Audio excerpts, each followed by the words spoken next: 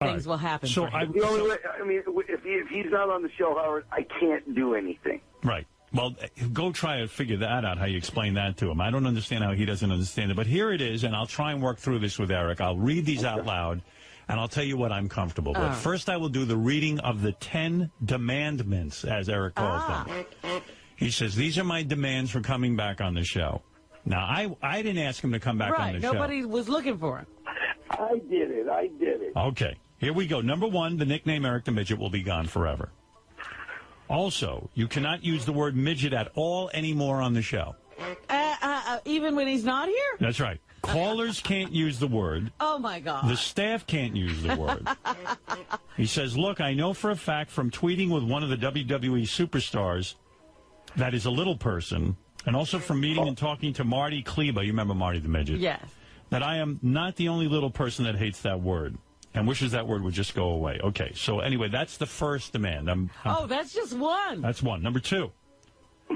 All of about me being a difficult, ungrateful, ingrate, angry, and all the time mad at the world person comes to an end at once and for all. Oh. I am sick of you and all the fans thinking that I am any of those things. That's number 2. I'll respond to each of these afterwards, Eric, if that's okay. Right. Number 3. All of the verbal abuse and bullying on the air and off the air ends. Howard, lately I feel like you're a hypocrite. Why I say that is you got pissed off and bent out of shape last week when Lady Gaga's fans were abusing you and harassing you and threatening you on Twitter. And then I read this week you got again all upset, mad, pissed off, and bent out of shape when you found out that Dak Shepard and Jimmy Kimmel were making fun of a photo that you took and sent to Jimmy. So in other words, he's saying, how can I bully when I'm being bullied and I get upset? You haven't demanded that people change. Well, you change your behavior. As I said, Robin, I will explain what demands I'm comfortable with after I read through them. I was in shock when I read this. Number 4, enough of putting me in the whack pack. That ends right away. I'm not anything like that drunk trailer park white trash Jeff the drunk or that complete nutcase that thinks he was taken and probed by aliens Riley Martin or that huge, dirty, smelly, gross, fat, scamming, high-pitch Eric. All right. Number 5.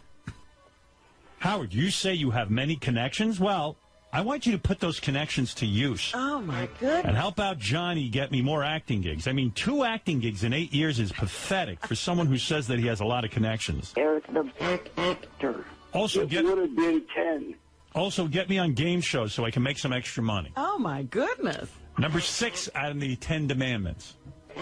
From now on, nothing but outright respect when I call in. No more sound effects or talking over me while I'm trying to talk. No more taking calls from worthless, pathetic, loser-ass, prick, no-life, having hateful douchebag that all they want to do is talk about me while I'm on the air. That's number 6.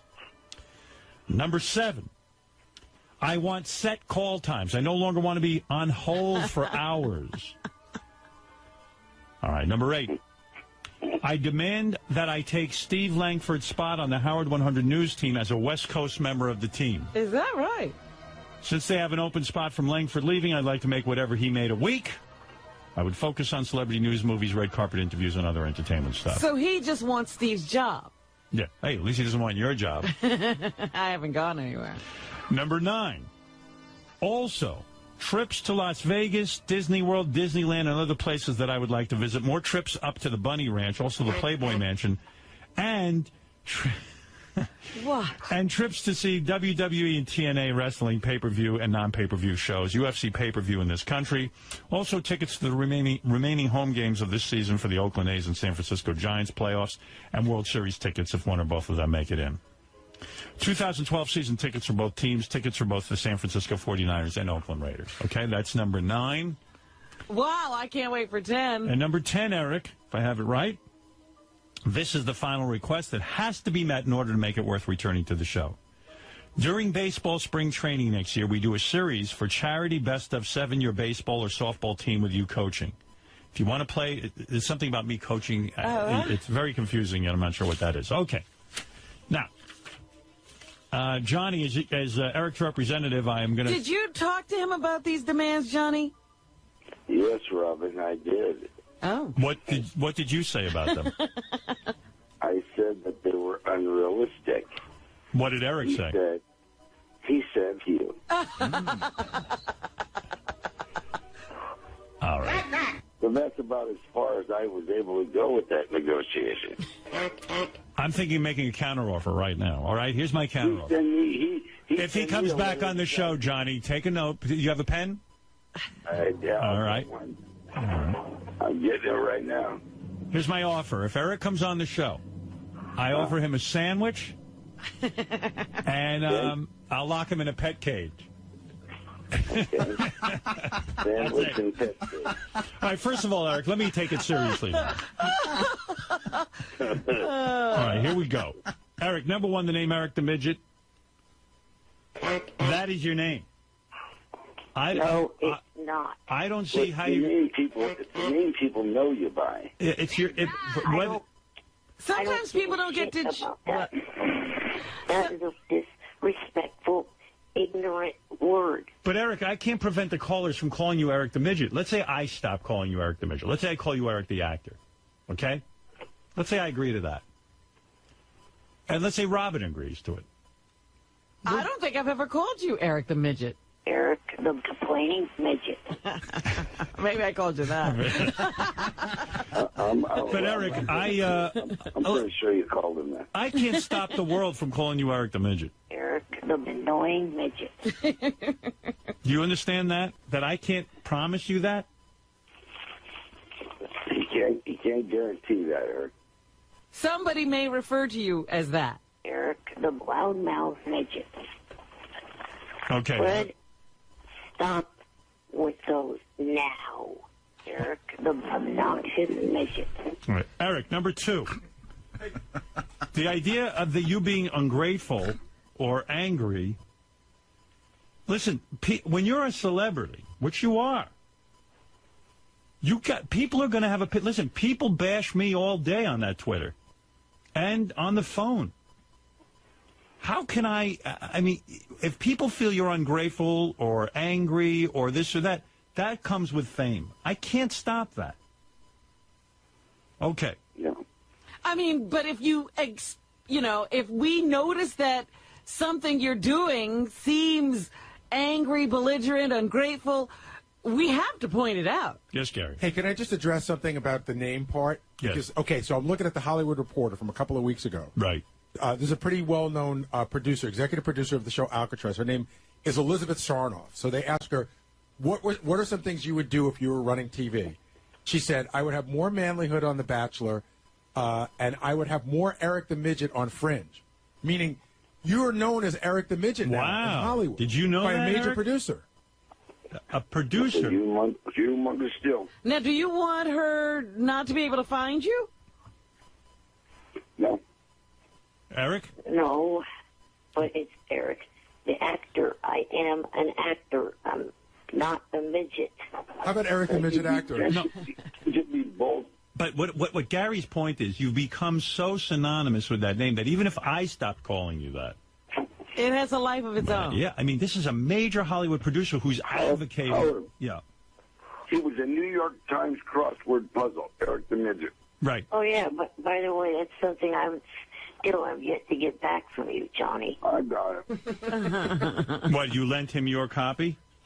Well, a fan handed me a copy, and Johnny took it, said, let me make copies of it. I'll send it to you, and more than a year later, I still have yet to get it. Hey, Johnny, I got to agree with Eric on that. I mean, listen, that's quite an honor to be in the New York Times crossword puzzle. You got to get that to him.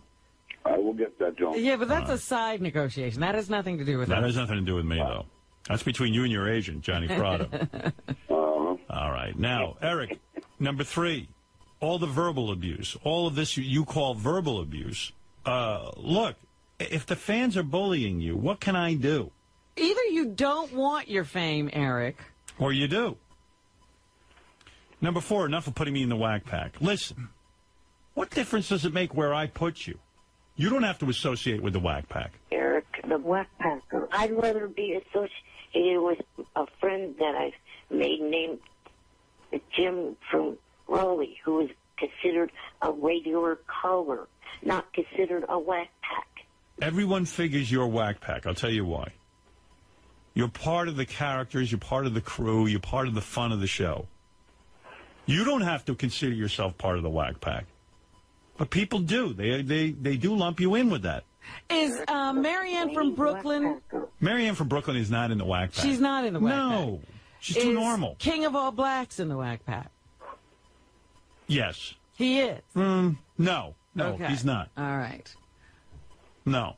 I mean, Marianne has a funny voice, so maybe she is. But I mean, Elephant Boy is in the whack pack. Elephant There's Boy is nothing funny. wrong with him. Yeah, well. Well, so, I mean, you know. He shit his pants on the subway and then went to an appearance. Shh. All right. So that's debatable, but okay. No, he's in the whack pack. No, I mean, enough of you mean Eric's in the whack pack. Yeah. Right, okay. Howard, you say you have many connections. I mean, Eric... Now what is the demand there? That he wants more acting gigs, that I don't get him enough. I mean, Eric, it's a miracle that I got you 2 acting gigs. It's a miracle. You've never acted in your... You got it more than 2, because there's been 4 or 5 he turned down. Right. I mean, listen, Eric, when you're a beginner actor, you got to take what you get. You can't be so picky. Everybody's saying yes, not no, when they start out, Eric. Yeah. You've been sitting on one connection for 4 seasons. What's that? Your movie wife just ended her 4th season of In Plain Sight. Yeah. Over the weekend. Oh, I would like to be on that one. Yeah, but we're supposed to force her to put you on the show? Listen, Eric, I'll cut to the chase. I can't agree to any of these demands. Thank you. I mean, I'm not going to go through them point by point. There isn't one demand in here that makes any sense. You can't, if we can't... You were a caller. You called into my show. I always enjoyed having you on. I would enjoy having you on in the future. I can't tell you I'm not going to put you on hold. I can't do any of that. So, again, I don't think you're in any position to make any demands, and I'm not going to get you box seats and trips to the Bunny Ranch if it comes up. Las Vegas. If you are good enough, that'll happen. But I can't guarantee you that. Read what the first paragraph says then. All right. What is the first paragraph? Well, will you tell me what it says? It says that each and every one of them has to be agreed upon for me to return. Well, I don't agree to any of them. If they are not, well, I won't return. Goodbye. All right, well, then that's it, I guess. Because I'm not going to agree to any of these demands. Eric, look, what about Pit Boss? What about Midget? What about Adult Swim? Johnny's talking sense to you. Oh, I mean, all of these things are things he turned down. These are big things. You know, there was a website company. Whoa. Back up. Yeah. I've never, you take one of those out of there, because I've never turned down Pit Boss. You never, you actually did, because Pit Boss, their criteria was that you go on Stern at that time, and you did not want to go on. So that was a turn down. Well, that's only because of that stipulation. Well, then you refused the job. You turned it down. That's right. Yeah, you turned it down. I mean... Eric, Johnny's telling the only good thing that's ever come out of your life is this show. That's it. That's it. Anything that comes out acting-wise, being invited to the Bunny Ranch, it's only because you were on the show. All the I don't people care. he's met, any of it. If you don't want to be on the show, that's fine. I don't want, as you say, your health gets affected by the fans. Then don't be a part of it. But if you want to be he's talking about Stern Fan Network. I told him the same thing. Tell him not to read it. I don't even read that. Don't look at it. Don't look at it. I don't read that, You Eric. don't look at it, you don't see it. Eric, I don't read Stern Fan Network. I was meeting athletes and stuff prior to me being on this show. Then go ahead and have your life. You don't need us. Right, but don't be upset with Johnny when he can't get you gigs. It's all going to dry up. I told him right out, I can't do it. Johnny's saying in order to be your manager or whatever he is, his age There's or nothing to manage. There's nothing to manage when you're not on. You know, so you're in no position. Don't swim, Howard. Johnny, he's in no position to negotiate. I tried to tell him that before we made the call. That, you know, the Adult Swim, he got to deal with Adult Swim. What was the deal? Let me hear the deal. Well, I don't know. He was supposed to play some kind of little satanic thing. And it's just his voice. Yeah. It was satanic, and he said no, he don't like that satanic. Eric, have you ever watched the show True Blood? Hold it, Johnny. Let me talk. A cartoon devil. Eric, have you ever watched the show True Blood? Yes, every episode. Do you ever see? Me too. Do you ever see the vampires on there? They don't turn down the role because they're playing something satanic. It's a role. It's a make believe. Yeah. That's acting. You got offered a cartoon and you turned it down because you thought it was. Adult Swim. Can you imagine? So you're not an actor, Eric. Because an actor plays a role. You're not really satanic. I played a role for Don't talk too fast about that. on this show. But do you think the guys on True Blood should have turned down the role because it's satanic? Or that they're really vampires? No. So why would you turn down the role of a satanic character? He didn't like the words they were saying. What words?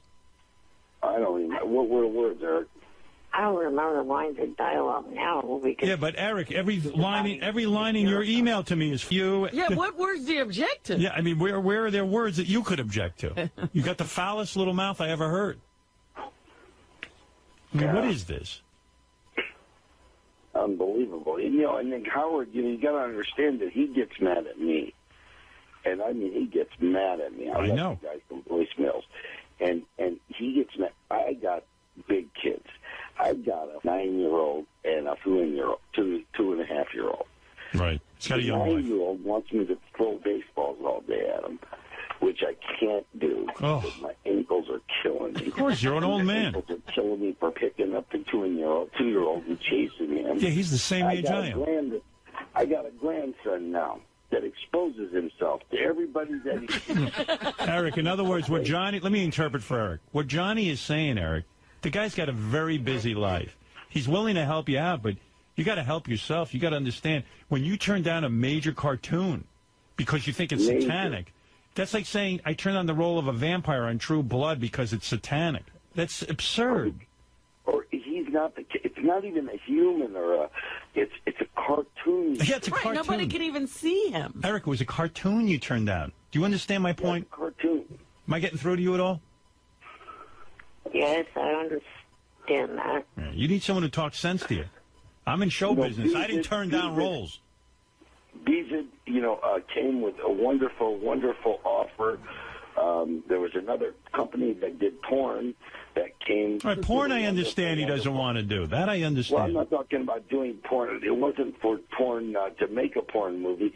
It was to promote a porn movie. Oh. And he watches porn. He's certainly not opposed to it.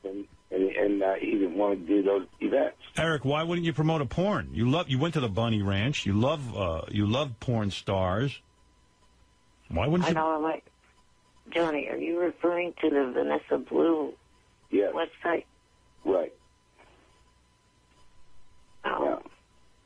Why did you turn that down? Up there. Not sure why, really. Yeah, you see, Eric, listen to me. You're a little loopy. Yeah. No, you were saying... Eric, I want you to be happy. Don't call into... Johnny, let me talk to Eric. Eric, I want you to be happy. Don't call into the show if it doesn't make you happy, but you're not thinking clearly on a lot of these topics. When Johnny says to you, and Johnny's thinking clearly, he goes, hey, Eric, I got a wonderful cartoon opportunity for you. And you go, oh, it's a satanic I don't want to play a devil. And then you go, porno. I don't want to promote a porno. You've done it before for free. For free. So you got to listen. You got to listen a little bit to Johnny. And I hate to break the news to you. Your calls into this show are the best thing that ever happened to you, but that's your decision to make. And the well is drying up, Howard. I mean, the more he's not on the show, the well gets drier and drier. But I don't want to force you to be on. No, there's no force. No. But we can't bow to these silly demands. No. Eric, I'm not bowing to any of your demands. I only wish one of them was reasonable. Can we hone one of these demands to be more of a reasonable demand? And by the way, Eric, if I start giving into your demands, can you imagine all the callers making demands of me? Can you imagine the rest of the whackback? I'll have to memorize rules for each caller. Jeff the drunk will be right on the phone. Speech impediment man will have me in court.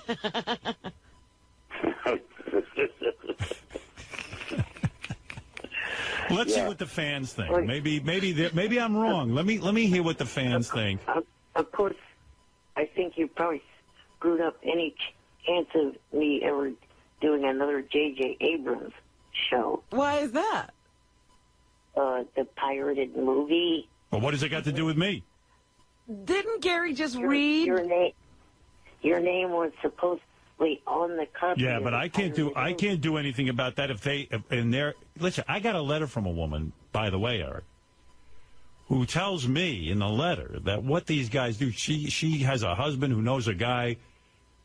These guys who deliver these things through the mail, they know the envelopes that these screeners go out in. They open them up, they copy them, and then they put them back in the envelopes. Right. Listen, that's got nothing to do with me. I'm an honest guy. I never would boot. What do you think? I'm going to bootleg a copy of my own movie, a movie they sent me with my name on it? I'd have to be a moron. But by the same token, why would they hold that against Eric? Right. JJ doesn't hold it. Because I'm associated with the show. There's no war going on, Eric. JJ loves me. But what do you want from JJ? He wants to be on Fringe again, he says.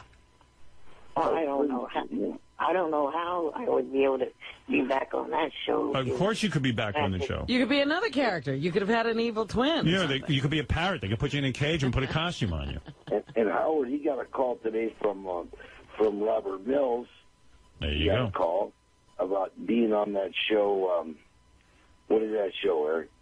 Take their money and run. Yeah, well, listen. That's where they give you $100,000. You got to hide the money from the police. Right. I told them I'll help you hide the money from the police.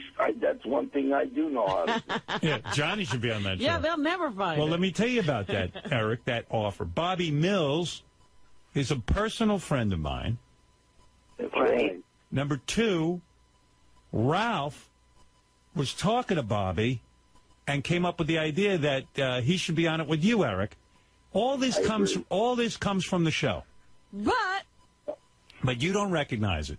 But listen, I can't stay on the phone any longer because I do have to take a break. Your demands are ridiculous. Your demands are being... Here, I'm going to tear them up right now. Listen to this. There you go. There you go. There's the demands. That's how Johnny's father dealt with demands. You need to ask Johnny about demands. He'll tell you. I don't think my father dealt with them like that. I think he, Yeah, you never heard you from only anyone. wish. Nobody made demands. Normally. But Eric, listen, your choice. You do what you want. I still like you, and I would always take a call from you. But you go back and think about it. I'm not going to force you to do anything. You didn't even read the third email that Johnny sent in. The third email? Too many emails, Eric. I'm not into any demands. What's the third email got to do with anything? Your demands are not met. What did you say about the third? What is the third email? The third email was kind of extending upon some of the demands. Well, they're not even... If it makes them more restrictive, your demands are not met at any level. We don't want your demands. They don't even like these demands. Yeah. I don't like these demands, let alone the third level. You're going to embellish them some more? No, thank you. Howard, the Robert Mills situation, is that a real situation to put Eric on Take the Money and Run? Right. Is that a real legit He thing asked on you the a table? question. Yeah, I'm saying I believe it is. I mean, I'm not 100% sure. I mean, You haven't been in the discussion? I'm not in the loop on that, but I know Ralph mentioned something to me yesterday about how he thought it would be cool if Eric the Midget was on with him. And I think he recommended this to Robert Mills. So I know. Unfortunately, he called you Eric the Midget. Well, that's who Robert Mills knows, Eric the Midget. You don't know Eric the actor. Yeah, you don't know that, Eric. Yeah, that's something that you got to, What am I going to say? Yeah.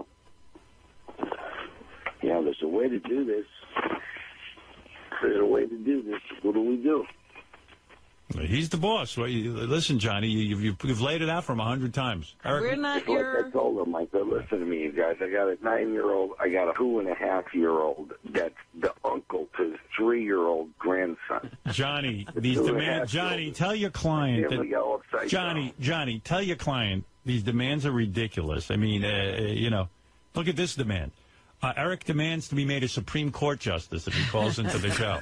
I mean, that's how... It's just as viable. It's just as undoable as any of the others. But I would say that, Eric, I would take your demands to some other place. Yeah, you should go on some other show. They might be willing to put up with this. Well, Howard, can we negotiate a little bit? No. Not on those demands. So we need all new demands. Yeah, I think here's what I would suggest, Johnny. Have your client go back and make new demands. And then we'll have a discussion next week.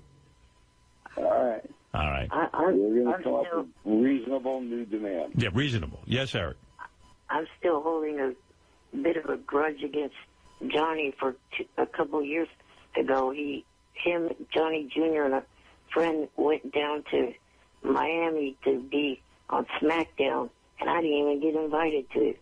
And I'm a much bigger fan of WWE than Johnny or Johnny Jr.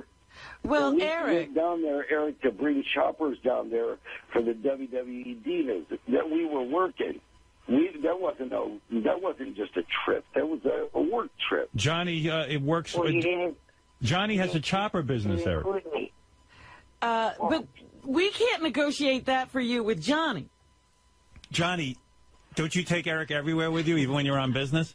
Whenever he's around here, I do. Howard, listen to me. I go to Toys R Us every single day. Every day. If he wants to go to Toys R Us, he's more than happy to come to my house, and we'll go to Toys R Us. And whoever's there, I'd buy toys for. So if he wants toys, he can get toys too. But when you went down to WWE, it was for your chopper business. It was for the chopper. We made a chopper for we made a chopper for McMahon, and they were going to unveil it, and that's why we went there. And it was. How come you didn't include Eric? How come you don't treat him like your son and bring How come you? It was. It was in and out. Right. I wanted to get there, and I wanted to get back. And as you already know from the fringe, negotiation, that Eric, you just don't get him in and out.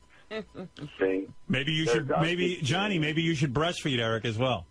Oh my God! Yeah, I mean, listen. There's passports, there's oxygen, there's all kinds of things. Eric, you're forgetting that if Johnny did invite you, you're a massive headache. Massive headache. It's not easy. Massive headache. You complain about everything. Howard, you got to play some of them calls where he called me up about the money. And I had like 4 deals on the table that were money. Beezit offered him money. Adult Swim offered him money.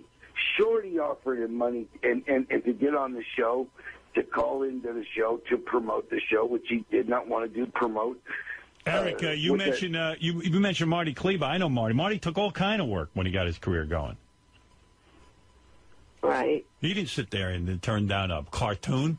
Johnny, he didn't sit there and say, "I'm not going to be an elf." Marty Kleba would have killed someone to get that role. But now that he's away from the show, he's still got a pretty good career going. Marty had a career before we met him. You're our creation. All right, this was like 30 years ago. My grandma used to hang around that Johnny Paleo, that little guy with the harmonica. Right. I could have got Eric right in there. All right, listen, guys, I got to go. Enough of this negotiation. It's not going well. Eric, you've got to rethink your role in show business. You're turning down roles left. Would you play a Nazi in a movie, Eric? No. Yeah, why not? You're not really a Nazi. It's an act. Yeah, it's an act, Eric. See, that's why I say you're not an actor. Nobody can call you Eric the actor. Tom Cruise played a Nazi. He's not. No one thinks he's. And Brad Pitt did too. And Brad Pitt played a satanic vampire. He played a Nazi also. I think that might have even been a Nazi vampire. Al Pacino played the devil. No, Eric wouldn't play that. Eric, would you have turned down that role, playing the devil? Yeah. Oh. How about a drug dealer? Would you play a drug dealer? No. Whoa. Oh, well, we can't work with you. And in these circumstances, you're not an actor. Eric, an actor. Eric, if we wanted to do a music video with you to Thriller, to Michael Jackson's Thriller, would you do that? What do you mean, play a zombie? No, we actually have him do the Michael Jackson part, only we'll have Jan push him around in a chair so he can dance. Yeah, but even Michael turns into a zombie in Thriller. Well, he turns into a werewolf. Or whatever. Yeah, he turns into something. Eric, would you play a werewolf? No. Well, how many roles do you think there are? Do you just want to be? Do you just want to be a leading man with the love interest? Yeah, he wants all the George Clooney parts. Is that what you're looking for, Eric? The George Clooney part? Ocean's 14. Holy fuck. If Katy Perry wrote a song, I Kissed a Midget and I Liked It, would you play it in the video? All right, look, guys, I got to go. Johnny, I love you. Eric, I love you. You know, you're great fun. And Eric, if anybody out in Hollywood has a nice role for Eric, let us know. where he doesn't play anything satanic. Right. You know, he won't be a Nazi. He won't be a vampire. If anybody's doing a remake of Little Bo Peep or any of that kind of shit, call us. Eric, would you ever play an alcoholic? No. Oh, my God. What actor in Hollywood hasn't played an alcoholic? Would you play Casey Anthony in a movie? He'd have to be Kaylee. Yeah, well. Would you play a shoplifter? No. No. Why not? A shoplifter. I do that now. Well, what are you going to play, Eric? All right, listen. I got to go. I got to go, guys. This is too funny, but I got to go. Will you let me answer Robin's question? Yes. What I would play is the show In Plain Sight that I mentioned before. I would play someone that needs to go into the wet sack because he witnessed someone being murdered. Oh, you want to be... to testify. I see. He just wants to witness a crime. All right, so you would go on Mary McCormick's show In Plain Sight and play a guy who witnessed a crime. That's it. Right. All right. And her team has to, protect me and make sure that I'm able to testify. We get it. We get it. But what if, because of the stress of witnessing a crime, you become an alcoholic and worship the devil? Will you play that? No. It's a part. It's a part. Would you play someone, Eric, who had a debilitating accident, who started taking painkillers and became addicted? No. No. Well, why not? Would you play Mary McCormick's talking baby? All right, Eric, I got to go. I'll look forward to you calling in or not. I am going to negotiate this, and we're going to get it down. Okay. Good luck, because there's a lot of room that you got to cover. Let us know how it turns out, Johnny. Good luck. Eric, good luck. Thank you. Hey, Howard, can I plug something real quick? Go ahead, Johnny. AMCTV.com. You can see all the things from Mob Week that we did last week on television. And also, look for September 2nd, we're doing the same Valentine's Day Massacre on National Geographic. And it's really, really great. Eric, is there something you would like to plug? All I would like to say is that hopefully this weekend, Johnny will have me come down for his birthday and also go to the SummerSlam WWE pay-per-view. All right. I thought you wanted to go to Scores. Oh, yeah, Scores, too. Yeah, so Gino at Scores says, and there it comes. He's carte blanche. And, boy, you sure don't get that without the Stern Show, buddy. Right. All right. Thank you, guys, and good luck. Right. Bye-bye. You got it. Right. Bye. Good luck, Johnny. Good to speak to you guys. Right, thank you. Good luck. Good luck dealing with Eric. And Eric, good luck dealing with Johnny. Thank you. Bye, guys. All right. Those were the best demands ever. Yeah. I read through his demands last night. I almost fell off my chair. Eric, the retarded whack packer.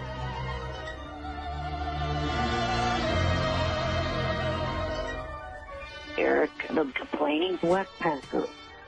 It was basically take away anything fun about my appearances on the show. Right. Eric, And then give me a lot of stuff. That's pretty much it. All right. We'll be back right after this. Eric, Hey, Eric. Hi. You know, I'm an amazing guy, Eric. I'll tell you why. Okay.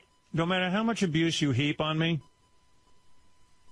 I continue to help you. And I don't even know why. Why should I? You know, it's funny. When you were on the air the other day and you were insulting me by saying, oh, you're some radio host and you're something.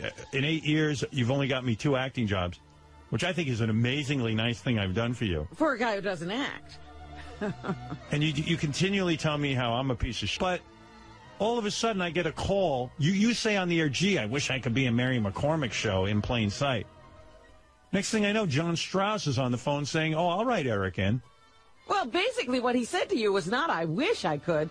It was like, you should be getting me on that show. Who else in your life gets you anything but me? You're not even the least bit nice to me.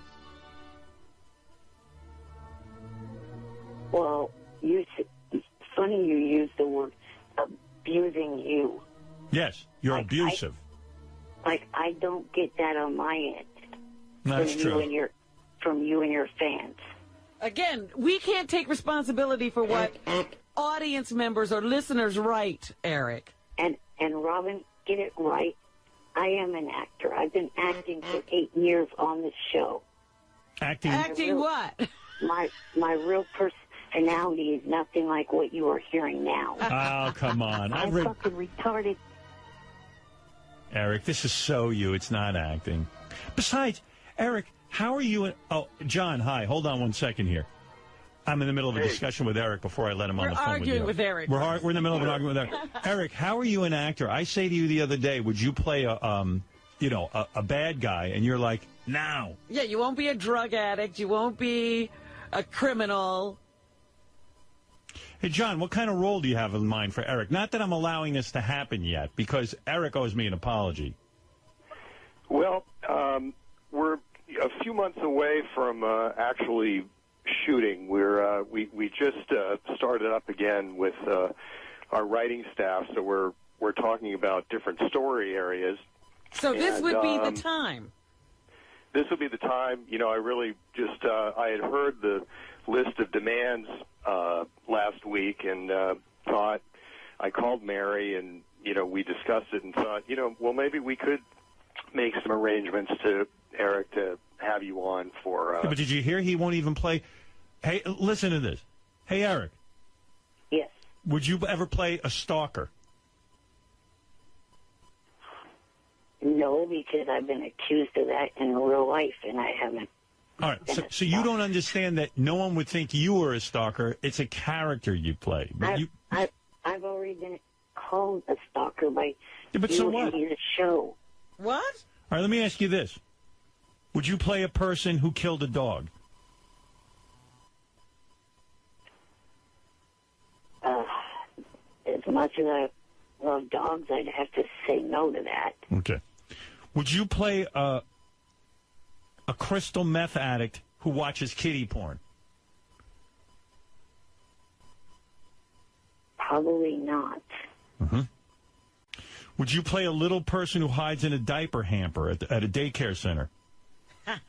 Because you get off on looking at little children. Again, probably not. Would you play a member of Al-Qaeda? No, I don't think that it would even fit. What do you mean it wouldn't fit? We put you in a turban, you're a little sheikh. Right. Would you, the world's smallest Al-Qaeda member, you will not play that? No. Would you play a United States Senator who gets caught blowing a Spanish gardener? No, I would not. There you go. He won't play anything. I mean, this was John's list. Would you play a gynecologist who takes pictures of Mary McCormick's vagina and then puts it on the internet and is accused of being unethical? Because that's a major thing they're thinking about. I don't think so. Well, then you don't get a part. John, would you play... Eric, would you play Mary McCormick's vagina? Talking vagina. Talking vagina. Would you be the voice of her vagina? I don't think so. I mean... Would you play a person who doesn't recycle? Who's like the law is you have to recycle, but you will not recycle. I'll go with that. You would play that. Wow. Wow. That's a big leap. John Strauss, All right. Are there any parts where it's a guy who doesn't want to recycle despite the laws? And he has to go into witness protection. Wow. Right. We have a large staff of very talented writers. I think we'll have to get to work on that. What are you thinking? Like what I've seen the show. What could Eric play on the show? I assume it would be a one-shot deal or maybe a recurring character. What do you have in mind? Well, I mean, I think we were thinking possibly we have one. We're in the area of a hoarder. Someone who kind of never leaves the house, and has gotten so many a collection of so much stuff they can barely get out of the house. We thought maybe there was something in there. So there's been some discussion about an Eric part based on what you heard here on the radio, and somebody collects Eric in this. That's possible. So Eric would play a hoarder. That is certainly one thing we discussed. Eric, are you open to playing a hoarder? That I would not mind doing. What if you're a hoarder who also has to kiss a guy? No. You would never do that. Okay, we'll scratch that off. No. That'll get him out of the house.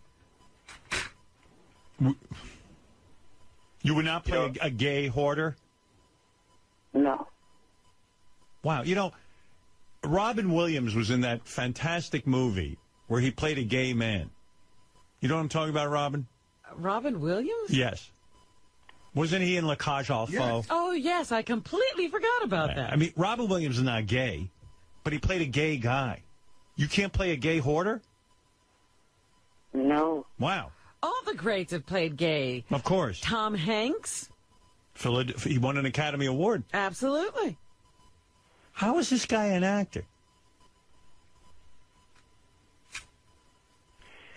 Some of the parts that Eric, these people don't really come from the cream of society. Right. People who end up in witness protection. I mean, over the life of the show, there's been drug traffickers and diamond smugglers and counterfeiters and he doesn't even understand. But he doesn't understand that. Would he be a cross-dresser? Will you be a cross-dressing pot farmer? Eric? No. No. All right. And Howard, I do understand what the show's about. I've watched just about every episode. But how do you describe yourself as an actor if you don't understand that no one thinks you would be a real cross-dresser? Do you think those actors you're watching have actually committed their crime? I've seen John Malkovich play a man in a woman's outfit. He's like one of these psychopaths. Yeah, Tom Wilkinson. Absolutely. I mean, I don't understand how you're an actor. I mean, what actor says he won't play? He's almost... There's nothing Eric will play except a hero.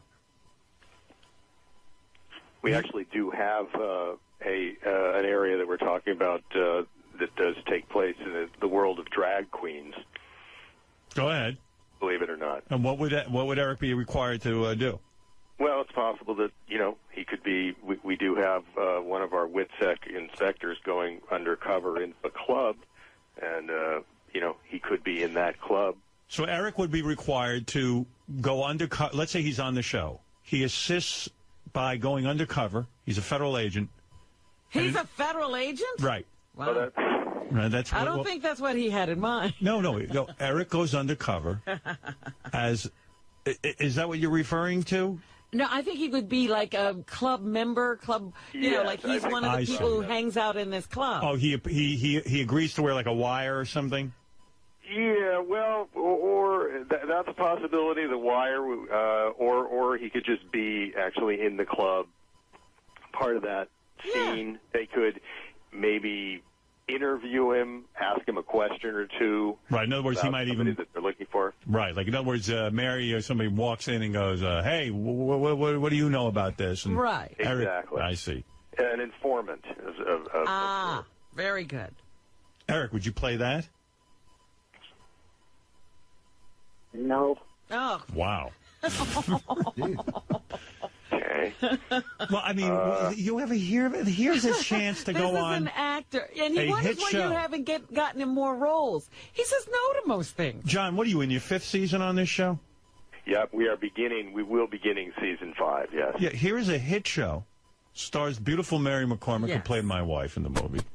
I mean, he won't play a cross-dresser. Why won't you, Eric? How could you be an actor and not play a cross-dresser? People would give their left arm who are actors to do that. Why do you have the luxury of turning down every role when most actors have to take whatever there is? Right.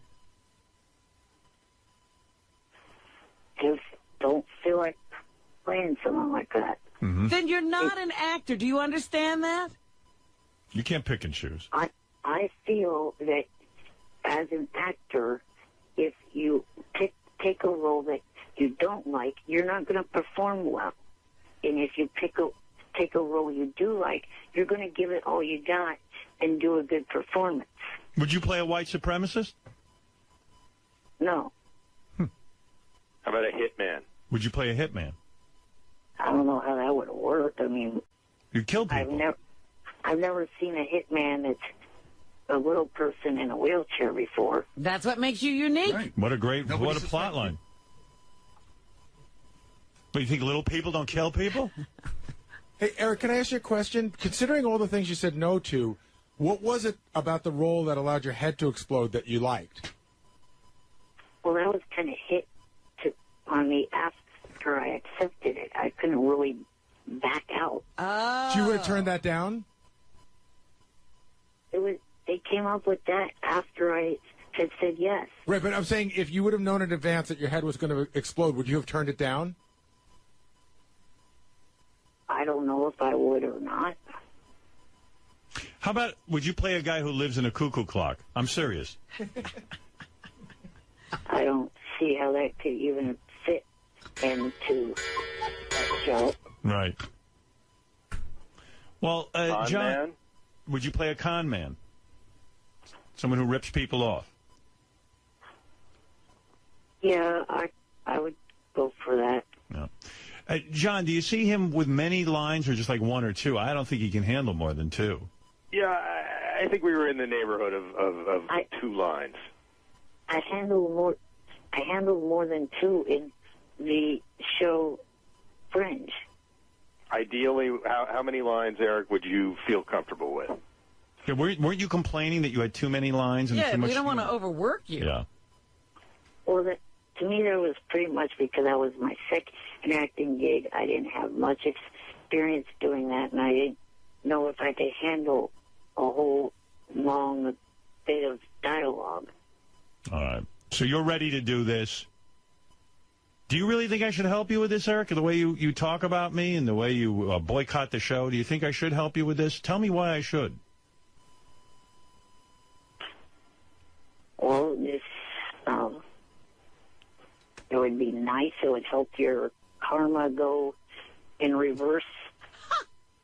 It would help my karma. My karma's shot. Well, it may help it turn it around. Would you ever go undercover on the show as a Thanksgiving turkey? Would you do that? No. No. All right. So, listen, John, you're a nice guy. John Strauss, executive producer of In Plain Sight. The guy's a super talented guy. Do you know he wrote the movie Something About Mary? Really? That's correct. One of my favorites. And you also wrote the incredibly huge phenomenon, which is the Santa Claus movies for Tim Allen. Is that correct? That is correct. There's a guy, Eric. So this is a very talented man, Eric. Right. You going to go on the set and act professionally, or are you going to moan about everything?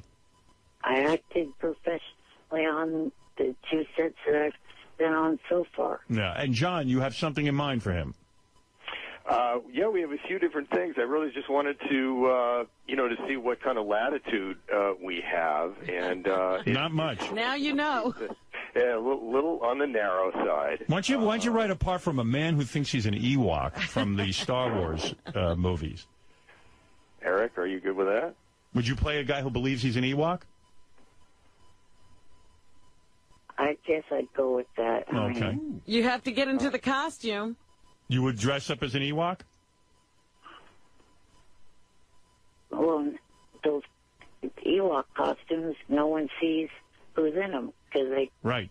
That's correct. cover the face and everything. That's right. You would be an Ewok, but it would be you inside there pretending that you're an Ewok.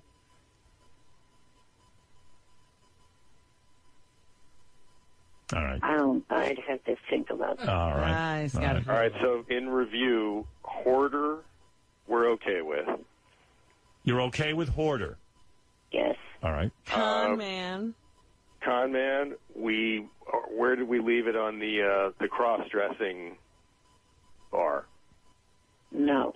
Oh. Mm-hmm. No? You understand that doesn't make you a cross-dresser if you play one. I know that. Okay. But why won't you do it? Just something I don't feel like ever doing in my life for any reason. Oh. And Hitman, we thought was unusual, but that was a possibility. Right, Eric? Yeah. Oh, okay. Okay. John, it was a painful discussion, and yet we did learn a few things. Good luck. Moved a little ways down the field here. John, I don't know why I must be out of my mind, but I'm going to sanction this. Eric has threatened me. He has told me he won't do the show anymore. He's boycotted us, He's yes. boycotted the show. He sends me lists and lists of demands. There's no reason on earth why I should do this for him, but I'm going to yet once again because I'm a nice guy. Well, I've enjoyed listening to Eric on the show, and I did hear the list, and we thought if we could do our part to... and who knows, John, maybe Eric will even thank you for the opportunity. I think he thanks other people. He just doesn't thank us. Maybe he'll even thank me, but I'm not holding my breath. You know what I'm saying? I understand. Eric, is it, we do shoot the show in Albuquerque. Oh, good luck. Mexico. Good luck getting him there. Go. I can't go. I need my oxygen. I need a 5-star accommodation. I need. Are you going to be a pain in the ass on this, Eric? I've never said anything about needing 5-star accommodation. Okay. Perhaps that was an But exaggeration. you're going to have a lot of demands. Can you get to Albuquerque? Yeah, I mean, it will be a little difficult, but it could be worked out. Howard, I think in the last one, did they have to rent you a van? Yeah. They had to get an SUV and a driver to drive from here to Vancouver and back. Oh my God. Hey, John, you're a top television guy. They don't explain to Eric that they don't care. They hire an actor and the actor has to show up. That's pretty much the way it works. I mean, we generally actually we will fly if we cast somebody from LA. We will the show will fly them to Albuquerque. So I imagine we can make some kind of arrangements. Right. If there needs to be a van. You got to write him in as you got to let me in on the writing of this thing. I want him to be a guy who lives in a small town in the West. He gets elected sheriff, but he rides around on a Shetland pony. You know, would you play that, Eric? With a big cowboy hat? You'd play that, right? That sounds ridiculous. Oh. No, it's what's ridiculous about it? Any way to work that in, John, where he's on a Shetland pony and he has a 10-gallon hat on? We have plenty of horses in New Mexico. Right. So yeah. we could make it work. So homeless person was one other. That was another area. Would you play a homeless person, Eric? It'd be the second time I've done that, so sure. Sure. Okay. I think you're getting typecast. Right. By the way, the show is called In Plain Sight. It stars Mary McCormick. John Strauss is the executive producer. I've got Eric on the phone with the executive producer of a TV show. Most actors would give But you don't do that much for him. I don't do anything for him. Will you admit that I'm a great guy? Repeat after me, Eric. Howard Stern is a great guy, and I love him for the opportunities he gets me.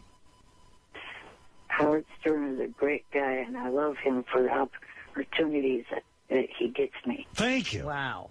Well, thank you. Even if I put the words in your mouth. Finally. And I'm sure that, John Strauss, I want to thank you for even paying attention to Eric and his acting. And when can we expect to see this, if all things go well, John?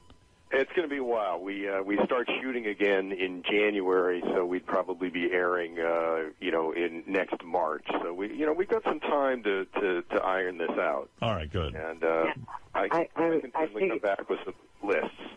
Yes, Eric. Right. I figured that it would be a little while, given the fact that Mary McCormick's pregnant and probably going to be delivering soon. That is correct. Right. All right, Eric. Thank you, Eric. Thank you, John. And I'll keep. I'm going to keep a close eye on this situation, and if it happens, it'll be a miracle. Yes. All right. Thank you, Eric, and thank you, John. Thanks. No problem. Right. Bye-bye. Well, there's. By the way, Eric the Midget, congratulations on Peter Dinklage winning. Is that like Eric winning? I think Eric liked that. Am I right? You do like it. But I don't like what you called me. Oh, Eric the Midget. After 9 years, you would think by now you would learn. I thought you weren't calling us anymore. I decided to call today because 9 years ago today was my first call. Oh, it's our anniversary. We're celebrating your anniversary of the show. Right. You don't call anymore. How do you know that 9 years ago was your first call? Do you have a calendar of sorts? No, you can find that information on the internet. I see. So somebody alerted you to that? It's on YouTube, it's on Wikipedia, it's on a lot of different websites. Well, then, happy anniversary, Eric. I got a long, real quick on the Eric stuff because I got a lot to get to, and Tony Bennett is coming in, but I got a long, I won't even play it on the air. He wants me to play it on the air. A long tirade on our voicemail about Kelly Clarkson, and that I commented on her weight, and that I'm ugly, so why should I comment on the weight? And I'm the what makes people anorexic. Listen, Eric doesn't understand. First of all, I remember Eric took the IQ test. He had like an 88 IQ. Yeah, No, 90. 90, okay. So I realized I'm arguing with a guy who's limited. But listen. I'm quite sure that was many, many points lower than my real IQ. Well, regardless of that. Within 3, how many people have you had with? Well, 5. Well, there you go. All right. Why is he so sure that it's lower than what it should be? Because even the testers said that Eric was at a certain disadvantage because of his handicaps. That there were certain, I don't know, certain skills you needed physically. Yeah, some of the things you had to physically do something, I guess. Or it's hard to fill in with a pencil, the little dots. Well, he also didn't. This is a live test, and there were some blocks and stuff you had to move around. Is that what it was, Eric? Well, there was one of them. I was doing pretty good on that till a certain point. No. Anyway, Eric, congratulations. But Eric, what he didn't understand is I said this girl has turned into someone who appears, even in her appearance, not to care about show business. That, yes, a heavyset girl can make it in show business. It's not all about looks. But it would help. When you're a teeny bopper kind of appeal, you're supposed to have a certain look in show business. It helps. She appears not to care about her appearance. But I don't think her appearance has anything to do with what's happening to her now. No, it isn't. The hits are not coming. She decided to run her own career, and she ran it right into the ground. She's got a CD coming out in about a month or two. No. Well, let's hope that's the comeback. But Eric left a 2-part voicemail berating me about Kelly Clarkson. Eric, I got to move along because I'm running slow, but good to hear from you, and happy congratulations on your anniversary. Right. Thank you. Right. All right. Happy anniversary! Happy anniversary! Happy anniversary! Happy anniversary! Right. All right. Yeah, I mean, the voicemail was insufferably long. You have no idea. There's a couple of things going on. There was a PGA event. Someone got out of Baba Booey. Oh, yeah? PGA events are the perfect place to get out of Baba Booey because they whisper. And they're very quiet, yeah. Right. So this one came out pretty loud and clear. And so now Sendon over at 16, a chance to tie Justin Rose with this birdie. Roger, this is not that tough a putt, is it? Well, it's a little over 25 feet. I mean, I'm not saying he's supposed to make it, but... Right. No, it's not overly difficult, but... Because they're all whispering in the Baba Booey. Right, and you're definitely, the guy could have been about to take his swing. You're definitely not supposed to say something then. I wasn't watching the Mayweather... But let's go to the phones because I see that Eric the actor is up. Eric the actor, welcome to the Intern Show. We haven't spoke to you in a while. I've loved you on the Fringe. Good afternoon. Thank you. You're welcome. What's going on? First of all, speaking of interns that screwed up. Yeah. Monday when I called in the female intern, I said who I was, and she said, "Oh, you got to call the 1-888-9 number." I'm like, I have not had to call that number being a regular caller since they got to Sirius. Why are you telling me I have to call it now? What'd she say? She said, "Oh, okay, and then I'll put you through." And then one of the male interns gets on and says, "Marianne?" I'm like, "No, not even." So you've been having trouble with this recent group. Right, and then the other reason why I was calling was because this here is the last time, other than old stuff and messages that got left on Shuey's voicemail today, and also this week on Will's voicemail. This is the last time you will hear me on any of these channels. I am sick of it. I have tried on September 28th to call in, got left on hold for 2 fucking hours. Tried last week, got left on hold. What the f is the point of me going back to this show if that butthole will not take one of my calls and put me on air? This sounds familiar. This is an honor. This is a huge honor. If this is the final Eric the Midget. I agree. I would love to hear Eric on Howard. He knows that. I love Eric on the show. Yeah. But if we were to be the last time that you were on the air, wow, what an honor it would be for me and the Intern Show. It's a coup, Steve. So I'm not going to say that we're certainly rooting for you to be on the air with Howard. We love it when you are, but if you are not, I mean, this is in the record books for me. And if Howard thinks that he's going to get Johnny to get me to come back, that's not going to happen because I'm done with that idiot as well. Fair enough. Let me. One of our interns has a question. Well, yes. I just wanted to ask Eric, why did you choose this show to be your last show to call into? Well, because there's no live show tomorrow because Howard's too lazy to work 4 days a week. What's Worth Watching with John Hine and Jenny Hutt is on it too. Right. That's just a programming note more than anything. And then I can't stand Mutt and the Superfan Roundtable. Tomorrow night, 7 p.m., Howard 101. Eric, before you go, in case this is, do you mind, we sometimes do this on the air and interns be quiet, do you mind giving me an ID, if you can just say this is Eric the actor and you're listening to the Intern Show with Steve Brandano on Howard 101, just in case it is your last one? Sure, no problem. This is Eric the actor and you're listening to the Intern Show with Steve Brandano. On Howard 101. On Howard 101. Bank it. Maddie's got it. All right, Eric, we're rooting for you to be back on the air. We really are. But if this is your last time ever, thank you. The only way that I will come back is if Howard apologizes to me for keeping me on hold when everybody seems to want me back. All right, I would certainly pass that message along. Thank you. You got it. Hey, any last advice for the interns? You deal with them a lot. Any words of wisdom? Realize who's on the call when you pick it up. I get it. Recognize. All right, my man. Thank you very much. Thanks, Eric. Yep. No problem. All right. Live long and prosper. Thank you. What an honor. Well, I mean, that would be amazing, right? I feel the love. That was very cool. Throwing people under the bus since 2005. This is Howard 100 News. Don't make Eric the Midget actor angry. Get out of his way. especially if you happen to be one of the most successful social media companies in recent history. It's Howard 100 News you need to know.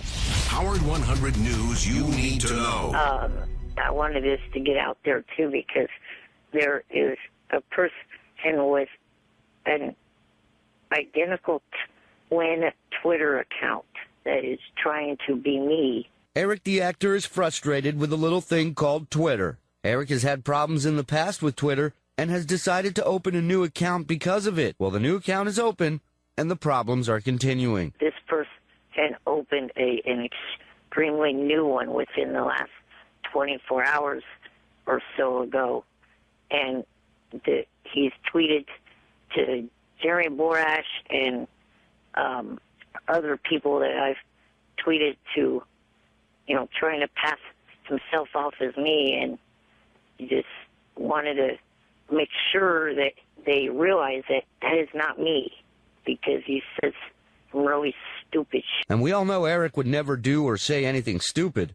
So, Eric, do you have a plan? How can we fix this? One of the creators of Twitter did an interview on Howard a few months back, and after that he got Ronnie the limo driver's account verified. I would like to get a verification on my account where all these other fake idiots that have absolutely no life cannot do this anymore. So you're saying Twitter, verify me or lose me. Right. If you listen very carefully, you can hear Twitter shaking in their boots. Shuli Agar, Howard 100 News. Oh, Eric the Midget is on the phone. This is the greatest. Eric is under this delusion that I have nothing but time when he calls in. He's a big star. Yeah, and he's been calling the back office over and over again saying that's it, he's not calling in anymore. Didn't he write us a couple of weeks ago and said that was it, he's really done? Yeah, I tried to explain to Eric that it's not that. Listen, I like Eric, and I like to take his call when I can. And I understand his frustration. Sometimes he's on the phone for 4 hours trying to get on. But nobody keeps him on. Right, he should just hang up if he has something to do.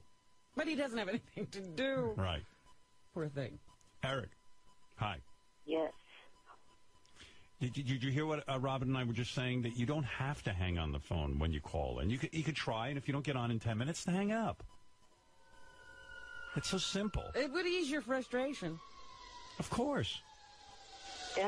I would do that if I didn't have anything to say.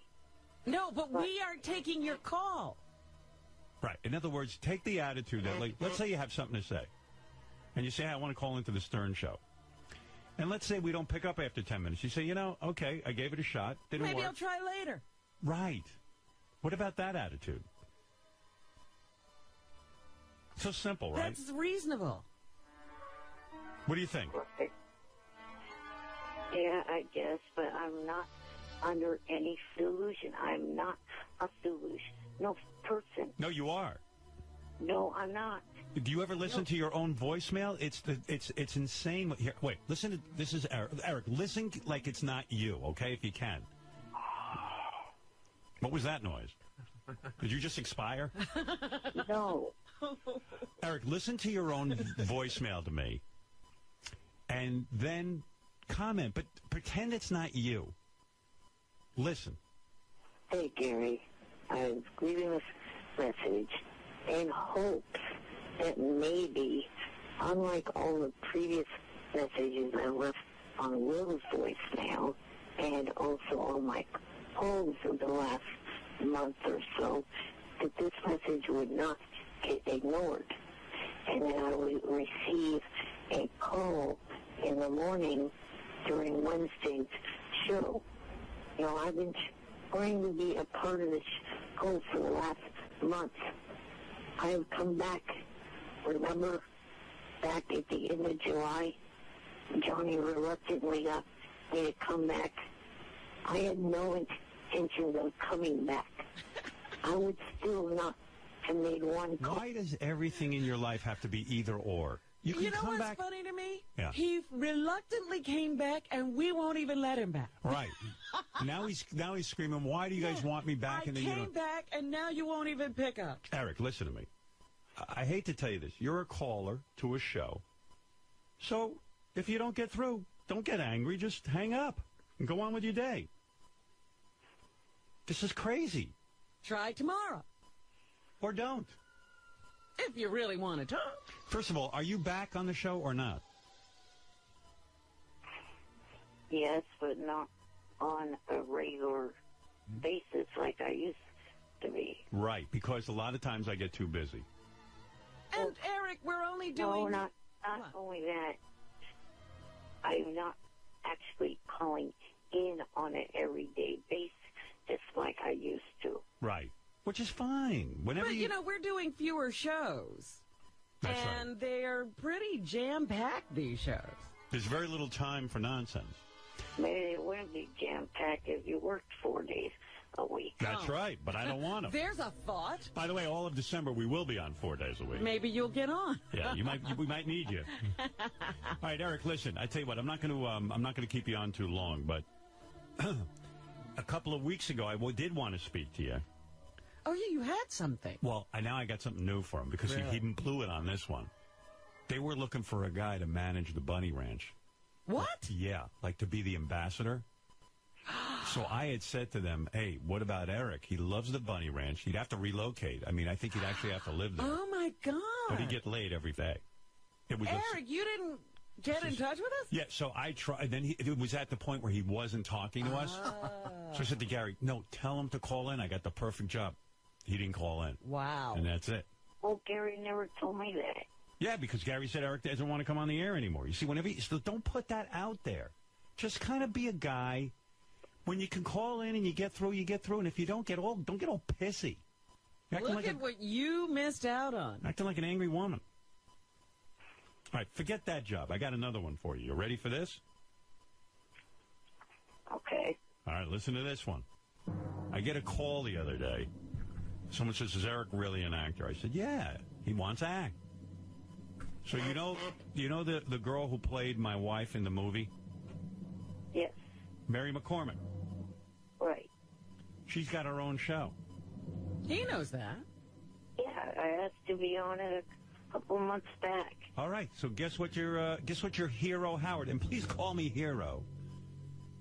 You want a name change. Yeah, I'm Howard the Hero. So listen to this, Eric. They wrote you a part. Wow. Just like this.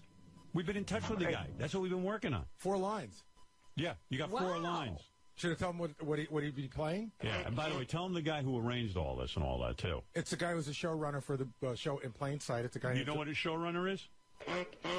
I've heard of that position.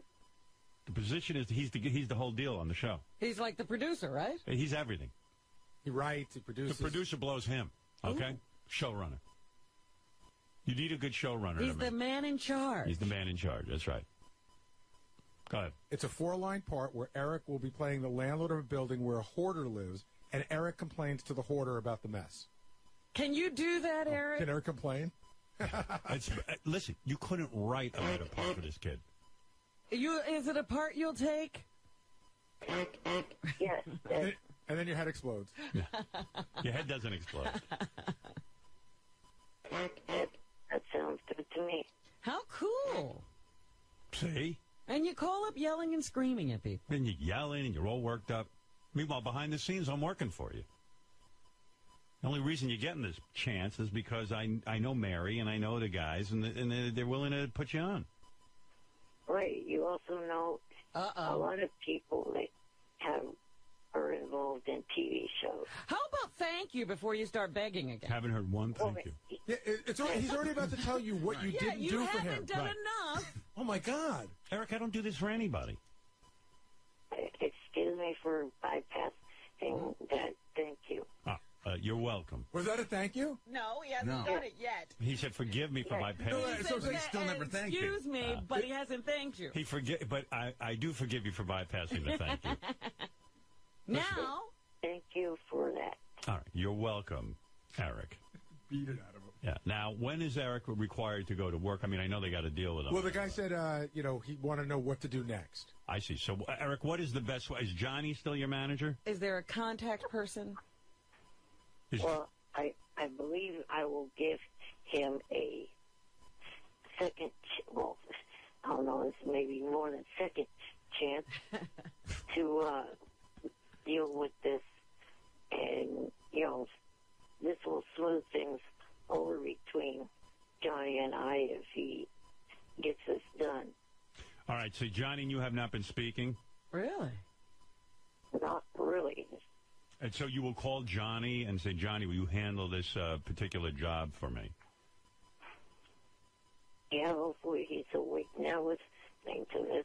I see. Of course, who knows, he's probably out on Ambien at the moment. All right, so Eric, now Eric has management how would problems. you like us to proceed? Well, if you could have Will email contact information to Johnny, and then Johnny could talk to this person. I'll tell you what. How about we email you the contact information and you get in touch with this guy, or Johnny get in touch with him? I'll send it to you right now. Yeah, because we don't even know if Johnny will take your calls. Right. We have no idea about this. Yeah, Johnny might have had it with you. Right. You are a bit of a pain in the ass. I don't feel that way. Well, you haven't been on the dealing end with you. And by the way, this isn't carved in stone in any way, because I said to the guy, I think they shoot in Arizona. Right. And I said to the guy, I said, listen, New Mexico. New Mexico. Right. I said, you have to understand, with Eric, you know, it's not easy to get him from A to B. It's this whole Right, thing. there's always logistical problems. He said, we'll do our very best. Wow. So there is stuff to be worked out here. Oh, yeah. There's plenty of opportunity for this to go wrong. You got to rent a van. You got to hire a driver. What about- or will he fly? You got to pay his credit card bills. What about the oxygen tank? Yeah, there's a lot of stuff going on. Should we get an ambulance? Yeah. So, what is the name of the show? I forget. In Plain Sight. In Plain Sight.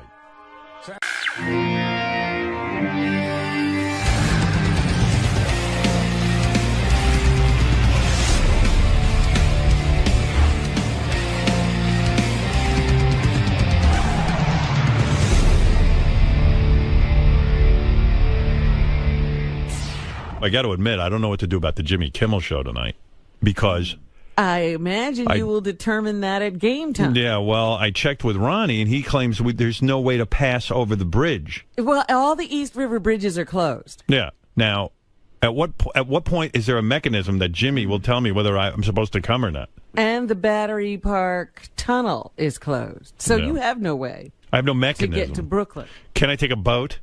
You could take a boat. I think those are closed too. Those. No, he's a rowboat. No. Oh, that boat. His own boat.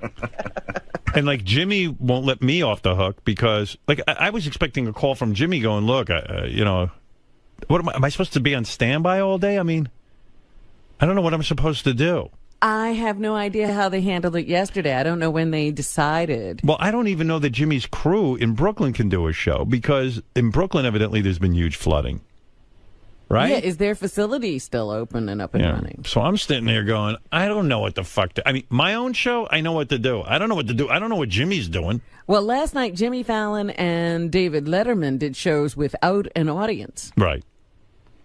And now I know Jimmy's probably kicking himself in the head. He should have done it without an audience. I mean, I can imagine what's going on. And now I'm caught up in it because I'm supposed to be the guest tonight. Right. But Tracy Morgan lives in Brooklyn, so I think he'll be able to get there. So he's set with Tracy. Does he really live in Brooklyn? I believe he does, actually. I know he used to live in Brooklyn. A lot of people say they live One would hope he got out. But, so I don't know, like, what am I supposed to do? Now I'm just, like, waiting to hear from Jimmy because... And what mechanism does he... Believe me, I would have already canceled. You know, I don't sit and worry about other people. But Jimmy's my friend, so...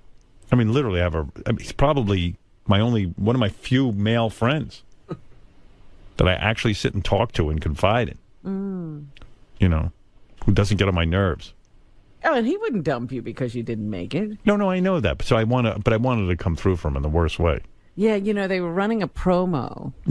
Did you see that promo? No. Oh, my God. And, you know, he's highlighting the people he was going to have on the show, and they have... Yeah. You know, and they're showing clips of those people on his show. Right. So what they have is you in that satellite situation, which looks very bizarre. Yeah, it's so odd. there's something preventing me from being on that show. You know, I feel bad for him. I know he put a lot of work in, but I know they've been preparing for this for months. Mm-hmm. Oh, and he was so excited. Yeah, because they don't usually take his show on the road. So I think the worst of the hurricane is over, but was it technically a hurricane, Robin, though? It was technically a hurricane, and then it hit land in Atlantic City at about 7 or 8 o'clock last night. Mm-hmm. And once a hurricane goes over land, it loses power. So did it lose power? Yes, it did. It did, okay. So it wasn't even a hurricane. It was a hurricane, and then I think shortly after that it got downgraded to a tropical storm. What up? Balearis is here if you want to talk to him. No, it's enough of Balearis. He's got his hot girlfriend, too. Yeah, hot girlfriend. You can talk to her. I can finger her.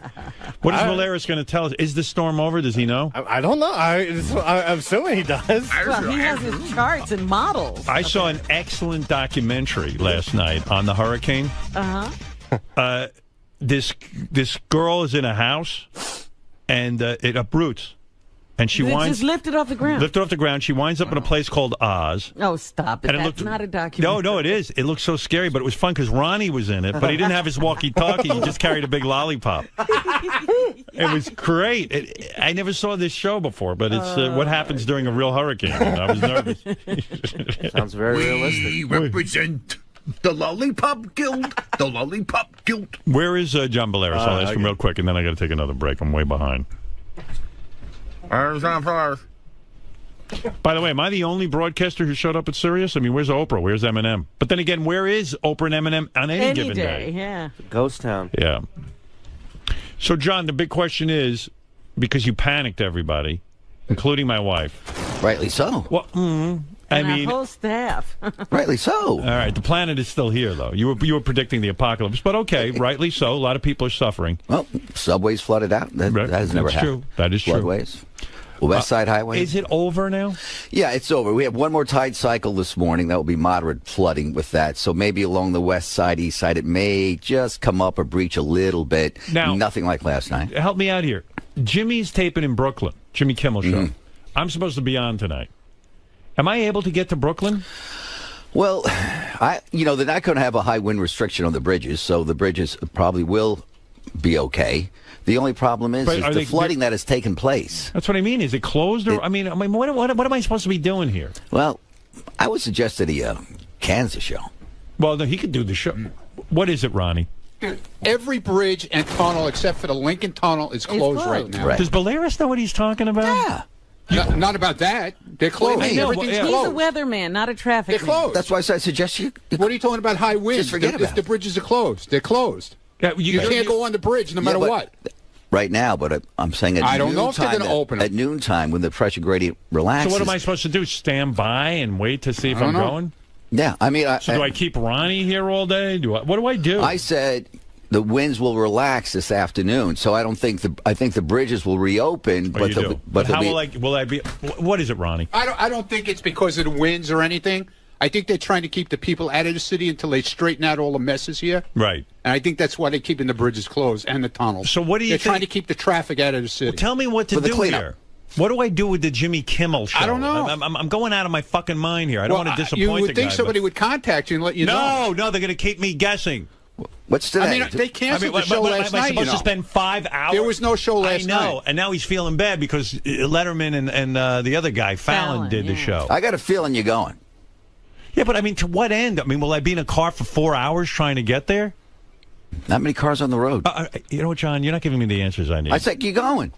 Okay. You may have some delays wherever the cleanup is, but for the most part, you're going. Well, he's right in, You're going. downtown Brooklyn. All right. It won't be that hard to get. Yeah, you get the winds. This is it. The storm's winding down. And, Robin, it was never downgraded to a tropical storm. It wasn't? I heard that somewhere. False information. What was it? Was it a hurricane? It was a hurricane until 30 miles off the Atlantic City coast. And then it made that transformation into the hybrid storm, which became a normal winter storm. Call it a super cyclonic storm. So. Okay, so I didn't have the right term. So, Robin, No, but the winds were. It wasn't a hurricane. Matter of semantics. The winds were still a Hurricane 85 in the center as it went on shore in Atlantic City, but they don't want to call it a hurricane because it didn't have the true tropical characteristics of a hurricane. The eye. What were the highest winds reported here in the 96, LaGuardia Airport. 96? Yeah, tucked it in, it got up to 88. Yeah, along the Jersey Shore, 89. 89 Tuckerton, Surf City, 89. Oh, that's some wind. Yeah, Atlantic City. Why didn't the wind blow off Bobo's wig? I can't figure that out. Yeah, that's a little strange. That was odd. Bobo needs a cyclone. By the way, John, I want to thank you personally. You did an excellent job last thank night. you. I was able to listen to some of it, not all of it. I was going to call in, and then I got the whole emergency going on at my place. Right. But you did a great job. It was great to have you as part of the team. Thank you. Yeah, I want to thank you for that. Well, Really. I want to thank you for the opportunity. I thought, You bet. Thank you. All right, John. Appreciate it. Good job. Keep us Thank posted you. if anything I will. happens. I will. Immediately. My own personal weatherman there, Yeah. John Boleros. Boleris or Boleros? Balearis. Boleris. Like Antonio Balearis. Like Antonio Banderas. Has your relationship with your girlfriend changed? Oh, he's gone. Okay, too They late. got engaged yesterday. That's right. Exciting. All right. Well, I got to take a break again. So we still don't know what the day will bring. Whether No, we'll and be it's able to just- get out of the city. And then what if you get there and he's like doing a no audience thing? Would that Well, I bother don't know. you? No, I prefer it. Oh, okay. He needs a fucking audience. I mean, honestly, who needs it? Right. It's crazy. But I just, you know what it is? I'm trying to figure out my day, Right. and I just don't want to, like, try to get there and spend 3 hours in a car trying to get there because out of some guilt. Normally, I'd say, look, I can't get to your Brooklyn. Ay, ay, ay. Well, you heard what happened to DePace today. Yeah, he's trapped in his car because he tried Yeah, to because there's come in. only one way in. Yeah, that's what I'm talking about. I really don't want to spend my evening doing that. I do have to work myself in the morning. I wish can you call Jimmy, please, and just give me an answer on what they're doing. Who are you talking to? Have JD. You, Robin. Hello? You know what it is? Jimmy came all the way from California. He's all excited to do a show, but unfortunately, I live in Manhattan. I don't know how the hell I'm going to get there. He came at the worst time. Yeah, and I don't want to be that guy who doesn't show up for him, but What are you supposed to do? It's out of your control. I don't know. you I'm sure somehow it'll be like, well, he could have gotten here, you know. I mean, I don't know how to get there. Even the helipads were flooded. Yeah. And maybe by tonight it'll be fine, but how do I know? I mean, how can I predict that? And they don't tape at night, right? They're taping in the afternoon, right? Yeah, they're taping at 6 o'clock. But I have to get there. They want you there by 3 or something, right? No. No? No, I was going to leave the city at 4:30 and get over there by 5:30, you know. It could very well, everything could have changed by noon today. Yeah. Well, I'll just stand on alert all day. Well, you got yourself into this. Yeah, I sure did. Well, yeah, I did. You're right. Did anybody ever get a hold of Jimmy? Steve, weren't you supposed to do that? What happened? I talked to Jimmy. Right. He's on hold back there. Obviously, we can't put him up. But he says they're planning on What do you doing mean a you can't show put if him up? you're doing the show. You can't put him up? I mean, I just called him from the regular phone and talked to him. What the fuck? So he's saying You they're can't still get him on the air. We can try to right now. The guys are getting the wrap up ready. I thought you wanted me to talk to him. That's what I did. No, Steve. Yeah. When I say I want you to call him, it means I want to talk to him. Okay, hold on. Not that I want you to talk. I'll get him up. 1 second. Okay. Oh shit, Steve's out of it, man. He doesn't understand you at all. Oh, now I like I'm in charge of Jimmy's show. You are calling the shots. I mean, calling the shots. I can't get to this Brooklyn. is once again back to you. What is your mechanism for? Right. I mean, it's a nightmare. This Sandy. Fucking mechanisms. Oh my God. For doing Jimmy's show. Yeah. And whether you'll be there or not. Listen, I just agreed to do Jimmy's show. I didn't know there was going to be a major hurricane and that the blocking off all the bridges to Brooklyn. It's too much for me. Jimmy's got to let me off the hook. It's just a talk show. And then you call him. It's his show. He says, well, if you'll come, we'll do a show. It's up to me to come. It's up to me to do my show from here. All my guests canceled. I did the show. I'll get a hold of Jimmy. All right. Well, Jimmy has a whole stash of bits from last night that he didn't get to do. You can play and those he has bits. the bits they were going to do tonight. Yeah, I saw him on a tricycle riding around in Brooklyn. Right. That's funny. Just do that. Run that for an hour. It's a 12 o'clock at midnight show. 3 people are up at that time of night. Oh, my God. Oh, there's Jimmy on the tricycle. This is so unbelievable, this mess that I'm in with this Sirius and just getting phone calls. That's crazy. It's a whole thing. This has been going on all morning. I got a headache. Steve, just give me a heads up. If you can't do it, you can't do it. I didn't know it's so complicated to get Jimmy on the phone. What's going on, JD? People are running around like crazy. Just give them another minute. Another minute? My stomach hurts. I'm going to throw up. What's the matter with you? What are you laughing about? What's funny? I mean, really, what the fuck? Have you not learned anything? What? Never mind. No, tell me what you're saying. No, I I was about to say whenever Steve told Jim McClure was like, fuck, I already set up for a wrap-up. I don't care about wrap-up. I know. Take that whole thing off the air. Wrap-up. Those two. But they're getting it done. Wrap-up is canceled. How's that? Now can they get me the phone call? They're working on it. Just need another minute. Oh, my God. I thought they should... never mind. What? You thought what? I thought he could just call your cell and you put it on speaker. Oh, wait. Here's Jim. Yeah. What is it, Jim? What are you doing? Jimmy Kimmel. Oh, Jimmy. Look at how hard it is. Just get a phone call. This is some operation. Hold on. What are you doing? Jimmy! I'm sorry I asked. I just want to get my situation settled. I don't want to walk around all day with this hanging over my head. Right, because now you don't know. Whoa, what's that? Oh, my God. You know, it's hard to deal with the uncertainty. I like that everyone that's not here is worried about wrap-up show. I don't give a fuck. I'm here. I'm doing a show. Wrap-up show. And Gary's going to phone it in? Yeah, he's running around his neighborhood looking for somebody with a phone line so he can be on an ISDN line. He couldn't have spent the night in the city and just been here. Hello, I need to call Jimmy Kimmel. And now because of him again and his bullshit, I gotta now. I can't get the phone call. I thought they had this all set up for me. Jimmy. Yeah. Oh, hey, Eureka. Magic. Oh, it sounds really good. How you doing? I'm doing good. It's just I'm worried about what's going to happen with the wrap-up show tonight. Well, obviously Jimmy's on a cell phone, right, Jimmy? Right. Yeah. Hey, Jimmy, I'm just trying to figure out how to conduct my life. I'm assuming I can't get into Brooklyn because every bridge is shut off. Well, it is now, but it looks like it's pretty clear, doesn't it? Ronnie's telling me that it's not, and that... Well, they haven't opened the bridges yet. I mean, I don't know Ronnie also yesterday told you there was no way for him to sleep in the city. Yeah, no, I know. I mean, he's just looking to go home, so... Boy, Jimmy's connection is bad. I know. Yeah, that sucks. Yeah, I'm just on a cell phone. I'm in a hotel in Brooklyn. So are you feeling bad now or guilty because Letterman did his show and Fallon did his show, or is that screwing you up? Well, it doesn't really make any difference. I think I feel bad that 800 people had tickets last night and didn't get to see a show.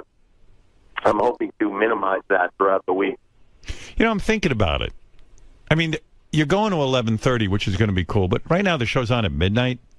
Why are we busting our like? I'll try. I mean, like I could try to get to Brooklyn, but it might take me hours. Like I can't leave the city till about 4 o'clock or 4:30. Right. And then I could end up getting stuck for like 3 hours trying to cross the bridge. But really, why are we doing? I mean, I want to do the show. I'm not looking to get out of it, but I mean, What do you think, Ronnie? Why What are do you you putting hear? it off on me that I want to go home? Well, you tell me. You What said do I we- want to go home. I never said I wanted to go home. When did Yeah, I but say you're that? saying there's no way we'll be able to get across the bridge. Dude, they have all the bridges closed. So I have no it's control. 10 o'clock in the I morning. don't have control over that. But do you think later this afternoon they might open know, it? just like you don't know. So do you mind hanging out in the city? We'll wait around and we'll see if we can do Jimmy's show. I never said anything of the sort that I was going home. Did Jimmy, the hell when is do you wrong? need it? When are you going to decide if you're doing a show? Well, we're doing a show if you come. I mean, we're definitely going to do a show. So it sounds. I mean, we can push What it is a your little later mechanism? if we need to, or whatever. No, you can't go any later. I got to work tomorrow morning. I know, but I'm just trying to be flexible. No, I mean, I would rather do it now, quite frankly. But let's get it over with. Is Jimmy already in Brooklyn? Yeah, Jimmy's in Brooklyn because he has to prove to his staff that he's one of them. He didn't want to stay in like a 5-star hotel while the rest of the staff is in a shithole. Oh my God! Last night, everyone was saying we're going to die in the 3-star hotel. Yeah. Imagine that. What a disgrace. Imagine the newspaper. You read Jimmy Kimmel died in a 3-star hotel. Well, you know what I was thinking? Oh, well, all the expense. But now that I see what they've done, there's no expense. Can you guys... Oh, there's an expense, believe me. Wish you guys had done the show in Manhattan, then I could be there. Well... I know, we made a terrible mistake. Well, I'm just thinking, like... I just don't know what... I guess Ronnie, we're going to have to wait around all day. And, but then what if we can't get there? One good thing is there's no traffic outside. I mean, I don't think... If the bridge is open, you will not be stuck on it. I'm looking at it right but Jimmy, now. seriously, at what point are we going to decide whether you... I mean, you must have some sort of... There has to be a time. There has to be a time where we decide whether the show is going on. The show must go on. No. See, I told you, I'm not going to get an answer, and then what am I supposed to do all day? I guess putting it on you, I think, Howard. It's just and Howard's putting it on me. No, and I'm putting it on Jimmy.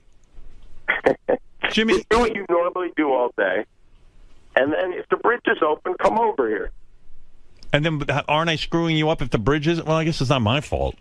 Well, what can you do if the bridge is closed? But what if the bridge is open, but it's like so limited, and then like it's like 3 hours to get there and 3 hours back? I'm fucked. Well, I mean, I think you can evaluate that situation. All right, I'll tell you what I'll do. I'm going to make my every effort to get there. How's that? That's all we can ask. All right. Thank you. And is Tracy Morgan there? Well, not right now, but I assume he'll be here. Ronnie's bummed out. Why? Because he has to stay. Because Ronnie knows it's going to be a bitch to get over to Brooklyn. He knows. I have no clue. I don't even know if we're going to get over the bridge. I had to talk my way over the bridge this morning. So, Ron, how are we going to tell Jimmy what to do? Because you are the driver, and you're the guy who's going to get me there. At what point should we? I guess we'll just hang out and we'll figure it out. Yeah, we got to figure. We got to wait and see if they open up the bridges. But the thing that scares me is because they don't want. My opinion is they don't want people in the city right now. Right. Well, you'll be leaving the city. Understood, Robbie. Yeah, but we got to come back. You know, I can't believe that Jimmy doesn't have the kind of pull where, his guests are going to get a pass from the cops to go over the bridge. Jimmy has no pull. He's on at 12 at night. Have that, actually. When Jimmy gets on at 11:30, he'll have that kind of pull. Yeah, I'm sorry, but what are you going to do? It's God's fault. I mean, I could be a douche and just say, hey, I can't get there. Fuck it. But I'm not going to do that to Jimmy. Well, I'm working on something to have somebody go with us that possibly could get us over the bridge if it's closed. Yeah, but I just want to make sure we can work on that too. I just want to make sure we can get back. That's the problem. Well, if that same person is with us. You can room with Jimmy tonight. If that same person stays with us, which he's supposed to. Who do we know? Superman? No. Who is this? Giuliani. Giuliani's going to drive with us? No, we need someone with a badge. All right. Ronnie, I understand. I'm making a joke. Shut up, Shuli, you imbecile. I'm sick of you. He's already. an imbecile. I'm sick of you. Yeah. All right, Jimmy, we're going to... We will contact Ronnie, and we will figure it out. Yeah. Yeah, thanks. Don't go out of your way to figure it out, Ronnie. I was so jealous. I wish I had been booked for Monday night. Right. Why does he book changing tomorrow night with Letterman? What a great show that would be. Yeah, get Letterman tonight. No, the two of you together. Well, what do you mean? You and Letterman tomorrow night. Nah, Jimmy's so hard for Letterman. He wants to have the whole time with him. He doesn't want me interrupting his date. That would be great. You and him together. And you know what kills me, Jimmy? All the publicity you do, you talk about like, oh my God, I can't believe I'm going to interview Dave. I'm more of a fucking hero to you than Dave. That's true, but these people people don't want to talk about you. They want to talk about Dave. The New York Magazine did a big article on Jimmy, and it was like, oh, my God, you would think, like, Jimmy beats off to Dave every minute. And I don't even think Dave is that much of a hero to Jimmy. It's just become this thing. I mean, it actually is true. Yeah, but, I mean, it's a little much. I mean, I know Jimmy worships me way more than Letterman. There's only one hero tonight, and that is Howard Stern for coming over the bridge. And meanwhile, I was supposed to be on Wednesday night, which would have been a lot easier for me, but he bumped me for Letterman and put me on Tuesday. Oh, well, how was that? Because Letterman wanted Wednesday. I mean, that's it's not so nice. Painful. That's not exactly what happened. How long are you going to interview Letterman for? Like the whole show? No, not the whole show. Yeah. Who's on with Letterman? Who's the guest? I don't know. Maybe Kelly Ripa, maybe the band. Oh, it's Halloween, Vampire Weekend. I think we're doing a comedy bit. Right, that's what the billing was, that you've got some Vampire Weekend. What is and that? David Letterman. Yeah. Oh, really? Yeah, it's the band, yeah. Yeah, but it sounds like Jimmy's reserved the whole show for Letterman. It's going to be like 60 minutes. It's going to be in-depth. Yeah, an in-depth. We're doing 2 segments with Dave. You should do the monologue together. Do dueling monologues, and then like have like a banjo player, and then do a joke, and then Dave does a joke. Listen, if you come tonight, we'll do anything you want. Well, I'm going to do my best to get there. How's that? And because believe me, I would have canceled, but Jimmy's my friend, so I'll do it. Thank you. I appreciate it. All right. You think there'll be an audience there? Probably not, right? Oh yeah, there'll be an audience there. Yeah, I don't care if there is one. I prefer them not being there. Marianne from Brooklyn will be there. Yeah, but I really prefer them not being there. Marianne's there right now. Yeah. Yeah. You know what you should do when Letterman comes on? Bring out a bed and an intern. What a bit that'd be. You'll go down in fucking late night history. See, Say, Dave, I told you should be there. Yeah. Dave, we know you're miserable. You haven't been able to bang any interns since you got caught. So tonight, here's a bed and here's an intern. You have a blast. Want to make it feel like you're at home. Yeah. Are you even going to bring that up, Jimmy? What? No, of course not. What the hell am I What kind of interview is that? I watched Jimmy last week. He had Axl Rose on his show. He was great. I thought Jimmy did a great job with Axl Rose. I think Axl was supposed to call in here, but he never did. I talked to him about calling in here. He apparently enjoyed his last experience talking to you. He did, right? Yeah. Huh. I don't even know if he remembers his last Yeah, I don't even. In fact, I don't even remember him. He called in. Yeah, once with someone else. There were 2 guys in a hotel room. Yeah, they had a bunch and of one chicks. of them was Axl Rose. Yeah, and he was dating that model, whatever her name was. He's not a big fan of Slash, I'll tell you that. No, you asked him? Yeah. Yeah, I know. He hates him. Slash. It was a good interview. Yeah, I would love to go do Jimmy's show tonight. Okay, listen, I'm going to do my best. At what time? Like, I guess at some point I'm going to have to call you if it's like 2:00 and the bridge is still closed. We're going to bail, I guess. All right, we'll figure it out. All right. You don't We think can you heal can get the across city the together. bridge? Wait, what did Jimmy say? I said we can heal the city together. All right. Okay. Jimmy's getting married, by the way. Wow. It's always something. He's always up to something. Big And wedding. what is with the big weight loss? Is that for the wedding pictures? Nah, he's just trying to get healthy. A lot of times, women do that. They get skinny for the wedding pictures. No, he's being skinny just in general. You're sure about Yeah, that? I He's know. not going to plump up again after? Did you have some sort of health scare? Some doctor told you were going Is to have a that heart right? attack or something? It wasn't really a scare. I just made it. I don't. Really more than anything, I bought a scale and I started weighing myself, and I became obsessed with weighing myself. Right. And that's really all there is to it. Yeah, he's not fun to eat with anymore because I go to dinner with him and like orders a sensible dinner. It used to be more fun. Right. Yeah. Now it's like, oh, wow. Hey, Jimmy, you want to get dessert? No, just some fruits. Well, listen, between you and Beth and Molly, I'm the only glutton in the bunch, and it's embarrassing. Listen to Jimmy's phone. I think the storm's coming back. What kind of phone is that? I don't know. It's an iPhone. Wow. Awful. You got Verizon or... I love that you blame me for this phone. It's your connection. No. I'm hearing an echo. Yeah, it might be our connection, actually. Who Probably knows is what's us. going on with, what happened yesterday. Steve Brandano hooked it up. Do you want me to do a whole pre-interview? Because your organization keeps hocking me for a pre-interview. And I'll be honest with you. I'm not planning on talking about anything. I think we should just have a conversation. I leave that up to you. If you want it, you can have it. If not, don't worry about it. Yeah, I don't even know what... I mean, if you want me to have one, I'll have one. But it just seems like a royal pain in the ass. When I get there, they can pre-interview me. Yeah, that's fine. Yeah. I mean, you know stuff about it. Ask me some stuff when I'm sitting there. What do you want to know? Yeah, what do you want to know? That's a good question, Rob. What do you want to know? Mostly I want to know if you're coming or not. That's a good question. I want to know if I'm coming or not.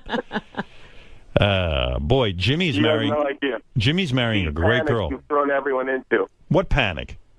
Everyone's listening to every word you say yesterday, all day this morning. Howard says he might not come. He's hedging. We don't know. I'm not hedging. I'm saying I might not be able to get there if the bridge is closed. What am I supposed to swim? That's what I said to these people. What is he supposed to swim? Did you hear Dave Letterman on our show yesterday talking about you? Letterman on your show? Yeah. No. Yeah, he was on the ISDN line. Evil Dave. Evil Dave, yeah. Oh, he was talking about you. He says he didn't want to do your show. I don't know if my producers are listening, but it might be a good idea if Evil Dave called our segment producer, Ken Crosby, and fucked with him. Right. Jimmy's marrying a great girl named Molly. Yeah. Hot. Forget hot. She's a wonderful, funny woman. I'm very happy for this couple. A super... Wow, Howard says you're not hot. I said she's... that's not true. Oh, wow. How dare you. I said she's hot, but forget about hot. She's a terrific girl. Oh, that's mean. I'm just starting trouble. You know, better. Well, I'm going to make every effort to get over there. Me too. And Ronnie, too. That's very nice of you. I'll take Ronnie if I have to. Yeah, the star of Cougar Town is going to be there as well. I'm more than happy to settle for Ricky, man. All right, James. All right, thank you so much. I know it's a pain in the ass. No. I listen, I'm going to make every effort. If it's closed, then I'm not coming. That's it. Otherwise, I'm there. All right, pray for rain. Later. Bye-bye. Bye, Jimmy. Jimmy Kimmel. All right. So the answer is, Ronnie, we got to hang out all day. Under better conditions, I would have gone with you. Yeah, I know. Of course you would have. Yeah. Under better conditions, I would go. Yeah. I'm sorry, Ron. I don't know what to tell you. No, what are you gotta gonna do? drag you into it. I'm dragging you into this. I need you. I know. Hey. So we'll hang out today. All right. Well, maybe we'll go over to the psychiatrist. I'll talk to him. I missed the psychiatrist yesterday because I released Ronnie. No way. And does the psychiatrist understand a weather interruption? I don't know. We'll take that up today. He gets depressed. He gets mad at you. He does. He gets mad. Yeah. Thinks I'm not working hard enough in my therapy. All right, Ron. All right.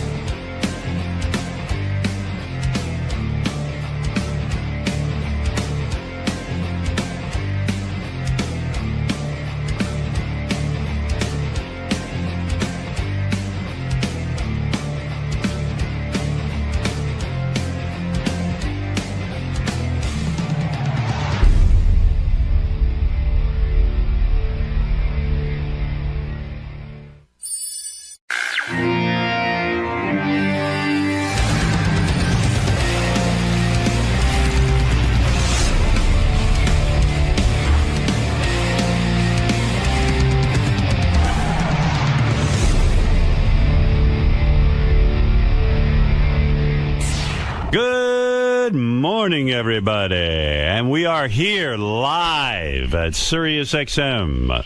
Well, some of us are. Shuli is here. Benji is here. Robin is here. Fred is here.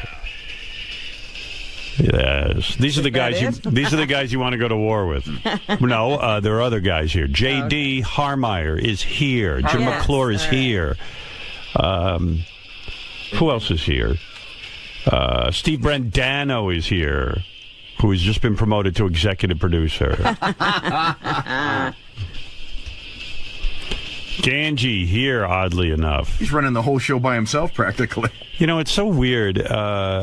So many people around here were offered a hotel room to stay in and do this show, and for the life of me, I don't understand why they... Gary was like, well, I have to be with my family. I have to protect my house. And how are you protecting your house exactly? That's why I kept asking that question. How are you going to protect the house? Such a pussy.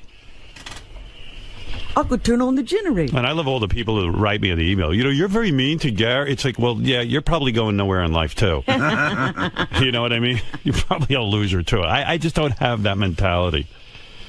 Yeah, Gary called me last night, you know, in the middle of the storm, big storm. And he says, what is the mechanism by which you are coming in? What mechanism will help you to determine when you are coming in? I said, what mechanism? What mechanism will determine when I'm coming in? Wow. I said, here's the mechanism, Gary. I'm going to get up tomorrow. And if the world's still here. If the world's here, I'm going to go over to Sirius and do a radio show. I don't know. That's my mechanism. Well, he was asking me again, what mechanism is he using? Right. To determine. You know, and I was just like, I don't know how to answer that question. I'm not your daddy. I mean, what do you want me to do? I told you, take a hotel room in the city and be here. That's what my father taught me. My father made it into work no matter what. Well, I used to work in hospitals. There was no such thing as, you just don't come in. I mean, Doug Goodstein hasn't been here for 2 days. That is one dude. If I'm ever in a war, that's the one dude. With him. Yeah, I'd rather be against him. He has got to be the biggest fucking pussy on 2 feet.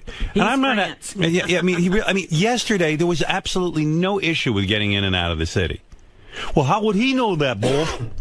Well, there's no guarantees in life, but there was nothing happening. But the offices were closed. Yeah. But they were told to stay home because the offices are closed. Not our offices. In Demand. I don't know where In Demand offices are. Maybe they're downtown. That's not where he works. No, he works here, and I'm here, and everybody else is here. I don't know. Everyone's so fucked up with the work. It's crazy. Well, these guys aren't even of the generation I'm talking about, but, they give seminars now to teach people how to talk to the new generation because you just can't say, go do this. No, they don't know from that. Well, like Scott the engineer hasn't been here in 2 days, and that was going to happen. I mean, you just know. I remember 9/11. Yeah. And, I went home with Scott. Yeah. And I looked at Scott at some point in the evening. I said, he'll never get to work tomorrow. Right. I got to get out of here. Right, he doesn't even consider it. And so I spent 2 hours finding my way through the streets to get home so I could go to work on my own in the morning. Exactly. Tim Sabian's here, Jim McClure is here. I mean, these guys, they know that someone's got to put the show on. Someone had to be here. I had my ISDN line set up last night as well and made contingency plans. And I said, if I can't get in, I'll do it on the ISDN line. I don't know. I just don't get it. Well, when I, started to have this problem, I immediately said, get that ISDN line working and make sure it works. There you go.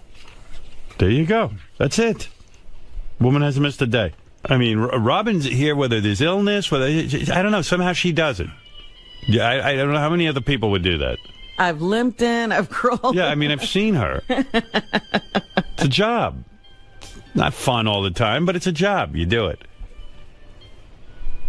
You could chop your head off, you'd still be doing it. I could chop Robin's head off and she'd still be at work. Yeah. Well, I have to go home. I mean, why? What are you going to do? Oh, if a tree falls on the house, I got to... the tree falls on the house. I mean, if the tree falls on the house... What are you going to do? He really thinks he can get a tree off a house? There are people who could help me. And then I can patch up the hole. Yeah, okay. I got a top. It's Armageddon. What do you think's happening? No, this morning I'm listening to, people having been killed by tree limbs. There they go. And Gary's going to go out and fight one. Right. Well, I'm fine. Well, he's got those beaver teeth. No, I mean, I love people's email, too. I'm a big fan, but you are being a huge dick about Gary. If you cared about Gary and his family, you wouldn't be such a condescending asshole. I can guarantee you the guy who wrote this letter, at best, is a part-time worker at McDonald's. I guarantee it. You trust me, you do not get anywhere with that attitude. You said Gary is deserting the show. I didn't say that. Never did you say that. You're such a miserable person that you have no understanding. This is a guy who is definitely coddled by his mother. You have no understanding that people's families are more important than work. I didn't say... You don't bring the family to New York. Yeah, right. Keep your family safe. And go out and slay the tiger. Most people care about their homes and family. Well, what am I going to do? Am I going to rebuild my home? What am I, Amish? This guy wrote, Gary's a dumbass. I've been through 3 hurricanes in which the eye passed over my head. The only reason I stayed was because I had no homeowner's insurance and nowhere else to go. Gary, listen to Boff. You can rebuild a house, but you can't replace your life or the lives that you care about. Being 10 stories up in New York City would be a smarter thing to do. Yeah, I said, if you care about your family, get Mary and Lucas in here and put them in a hotel, which we're providing for you. And forget the house. Yeah, and the house will be fine. Well, this guy obviously gets it. Gary, don't fall for Howard's nonsense. Yeah, you know when the boss is a bad man. Right. Can I depend on you? Howard's an asshole. There are millions of listeners who can't wait until Beth leaves him. Oh. That day is coming. There's some guy on Twitter wrote, I hope Beth dies in the storm, and I hope your parents die in the storm. Those are your fans. Yeah, those are my fans. People are so... Then I looked up the guy who wrote that, and he's up on some sort of charges or something. I don't know if it's the same guy. Shock. Yeah, I said, let me look up this guy, see what he's up to. That's the guy that's got Gary's back. Yeah. And Gary kept making a big thing about somebody being at my house. Nobody was at my house. Oh, Gary went off on me yesterday. He attacked me. On the yeah. I heard that. It's funny to me. I haven't earned the right to goof on In the wrap-up Gary. show, he attacked you? Yeah. Basically, he was saying, I haven't earned the right to goof on him. And I'm arrogant. And in reality, he's really pissed at you. Right. And he doesn't have the cojones to come after you. Right. So he's going to go after me for doing my job. Right. Which is entertaining you, as far as I'm concerned. Exactly. You're my audience. Exactly.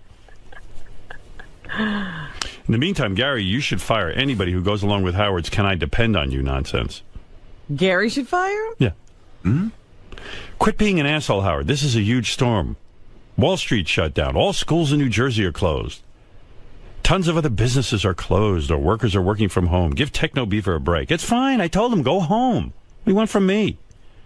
He wants to be home with his family in case of emergency. Doug Good seems to be holed up with that family for like he doesn't even give a second thought about coming in. I'm sorry. You know what he's doing. He's watching TV. Yeah, I mean, what is he doing? Games. Yeah, what is Doug Goodstein doing? There's no protecting the family going on. He's running around with those bug eyes of his, taking fucking pictures. Yeah, he's probably photographing or recording the storm. He's putting all those precious baby clothes in a higher ground. So I'll tell you what it is. He doesn't want to miss the storm. He's like having fun in the storm. Yeah, he's taking the photos. Yeah, taking rainbows. Yeah. I know exactly what the fuck this guy's doing.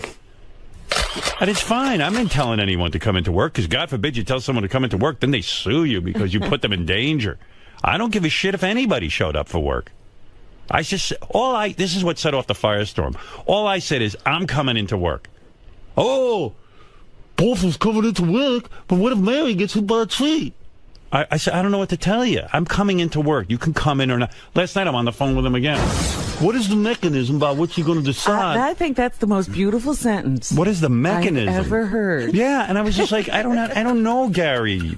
And then he said to me, well, what he was saying is, what is my mechanism for coming into work? I said, Gare, don't come in. You know what it was? It was, where's your cutoff switch? Yeah, and I said, Beth said to me, why don't you stay home and take a day off? I go, because, hey, I'm supposed to be here. There's no reason I shouldn't try. I'll do my best. I said to Gary, I think you should stay in the city if you want to be in a work. No, I got to be home with Mary. Fuck you. You're an asshole. I go, no. I said, if you want to be here, we have a hotel for you. If you don't, go home. Why is that an angry boss? It was so crazy. But you're making me feel stupid and guilty. I go, well, that's your problem. I didn't tell you to do anything. You're goofing on me. Yeah, I'm goofing on him somehow. And whoever's not here, you're going to goof on. I'm not goofing on you. It's like, how dare you put me up in a hotel? Gee, I'm sorry. Don't provide for me. Well, what about my family? Put them in the hotel. Yeah. I can't do that. We can't leave our house. We don't. You have staff. Why am I being attacked? You asked me what you should do. I don't have do the anything. options Stay you home. have. I don't have the. I mean, I'm getting attacked by this fucking beaver face prick. I could turn on the sump pump. Yeah, I mean, what do you want from me? I got enough problems. I got to get myself to work. Well, then last night he goes, I'm going to tell you who. I'm in the middle of my whole fucking alarm system is going off my apartment because it's a piece of shit, which I'm having ripped out. Oh, dear. Yeah, and there's water coming in through the window, and I'm sitting there. God. And then Gary calls and goes, Wolf, I'm going to give you a briefing on who will definitely be there tomorrow. I go, I don't care. Well, Steve Brandano, JD. I go, Gary. I can tell you who won't be there. I don't care. He goes, what do you mean you don't care? I go, I don't. If they're there, they're there. I hope they'll be there. If they're not, it's okay. Release yourself from guilt. By the way, I'm not mad that the guy didn't show up. I just want him to leave me alone. But look at all you had going on. Yeah, You were protecting your apartment. I'm protecting my apartment. You have staff. I didn't see any staff. It was me and Beth. You're all alone when that alarm was going off, right? Yeah. You have staff. I go, okay, I have staff. I want to know where my staff is right now. I don't have a butler. Yeah, well, neither do I, fucknut. Well, I'm staff. Boy, if his anger didn't come out, I'm the angry one. In about 2 seconds, too. Oh, my God. And it was like he presented. But he was yelling it at me too, and he was like, somebody's at your house. Nobody was at my house." I don't know. You know what? Robin's got some problems. I don't hear her bitching once. She doesn't ever ask me what she should do.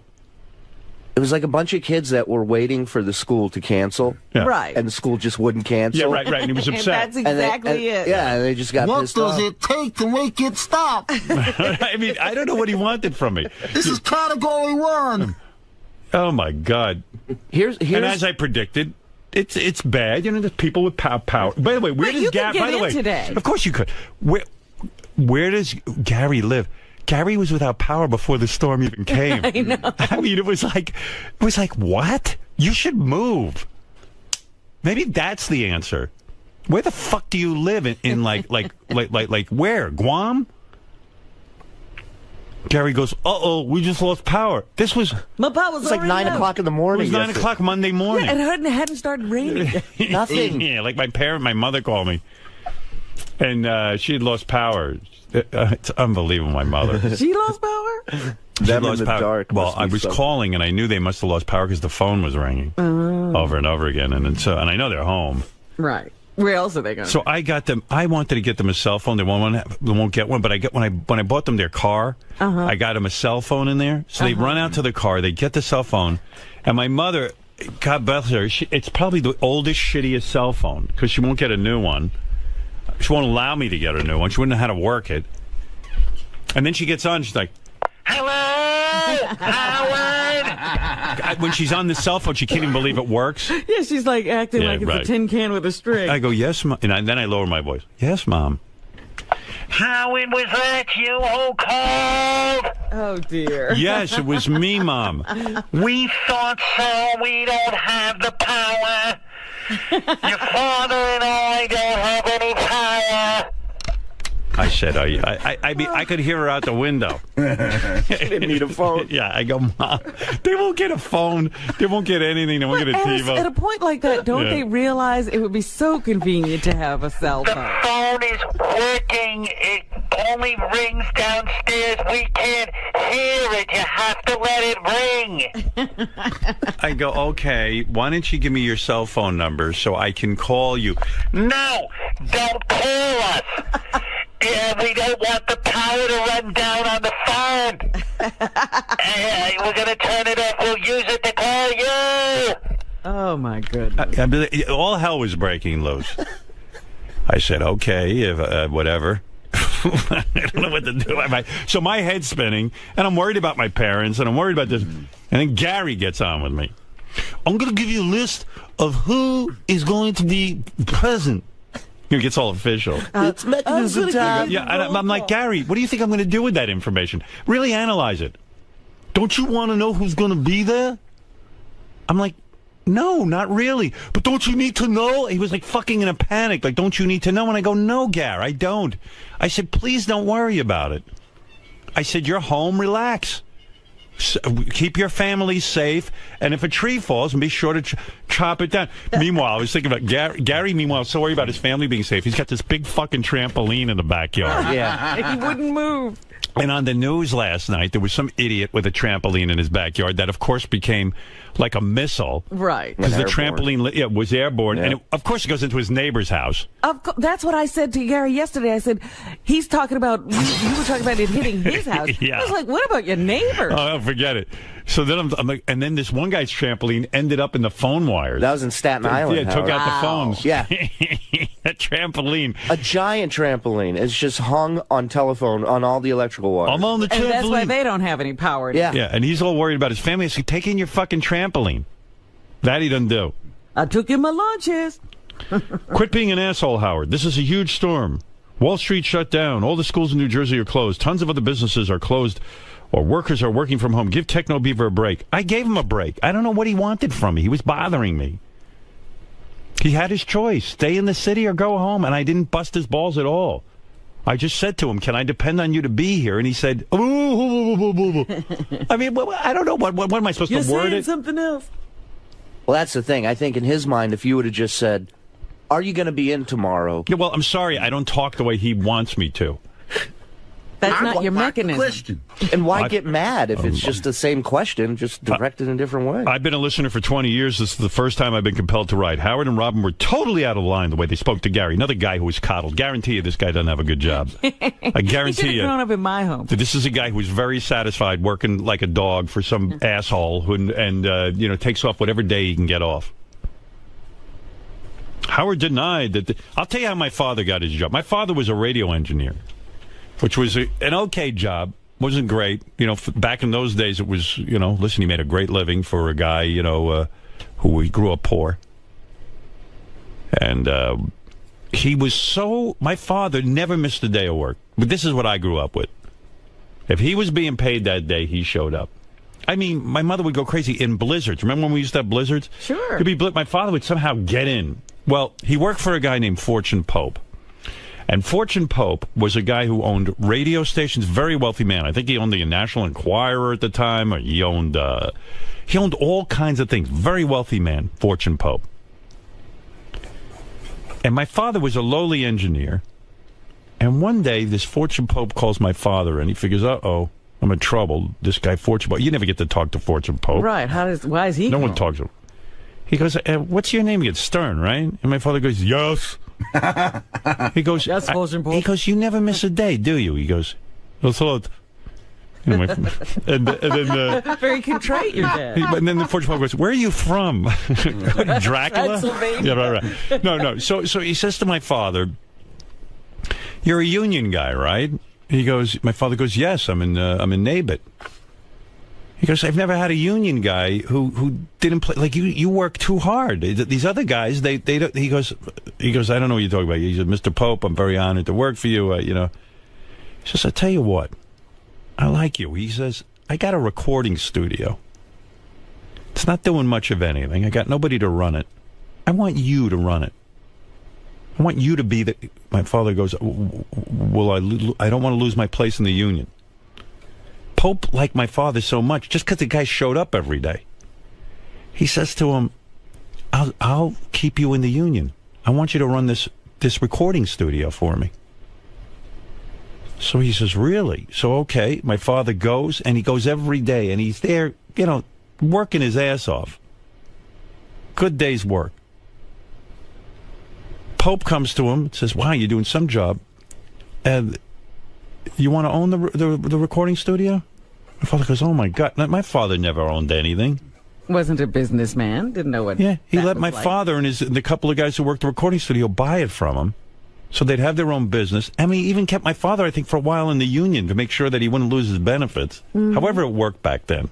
My father put in a certain amount of hours as a recording engineer and as a radio engineer. And then eventually my father left the union and became the president of his own business and had the largest recording studio in Manhattan. That's how it works. That's it. You want this? Everyone goes, you're so fucking lucky. It's not luck. There's no luck. It's not luck. It's hard work. Even people who look at us now don't know what we did to get here. Oh, people have no and they all fucking want to clue. be here. Oh, yeah. Well, now, yeah, this looks like fun. It's easy now. You got it made. You got staff. I didn't have any staff. There were plenty of times we didn't have staff.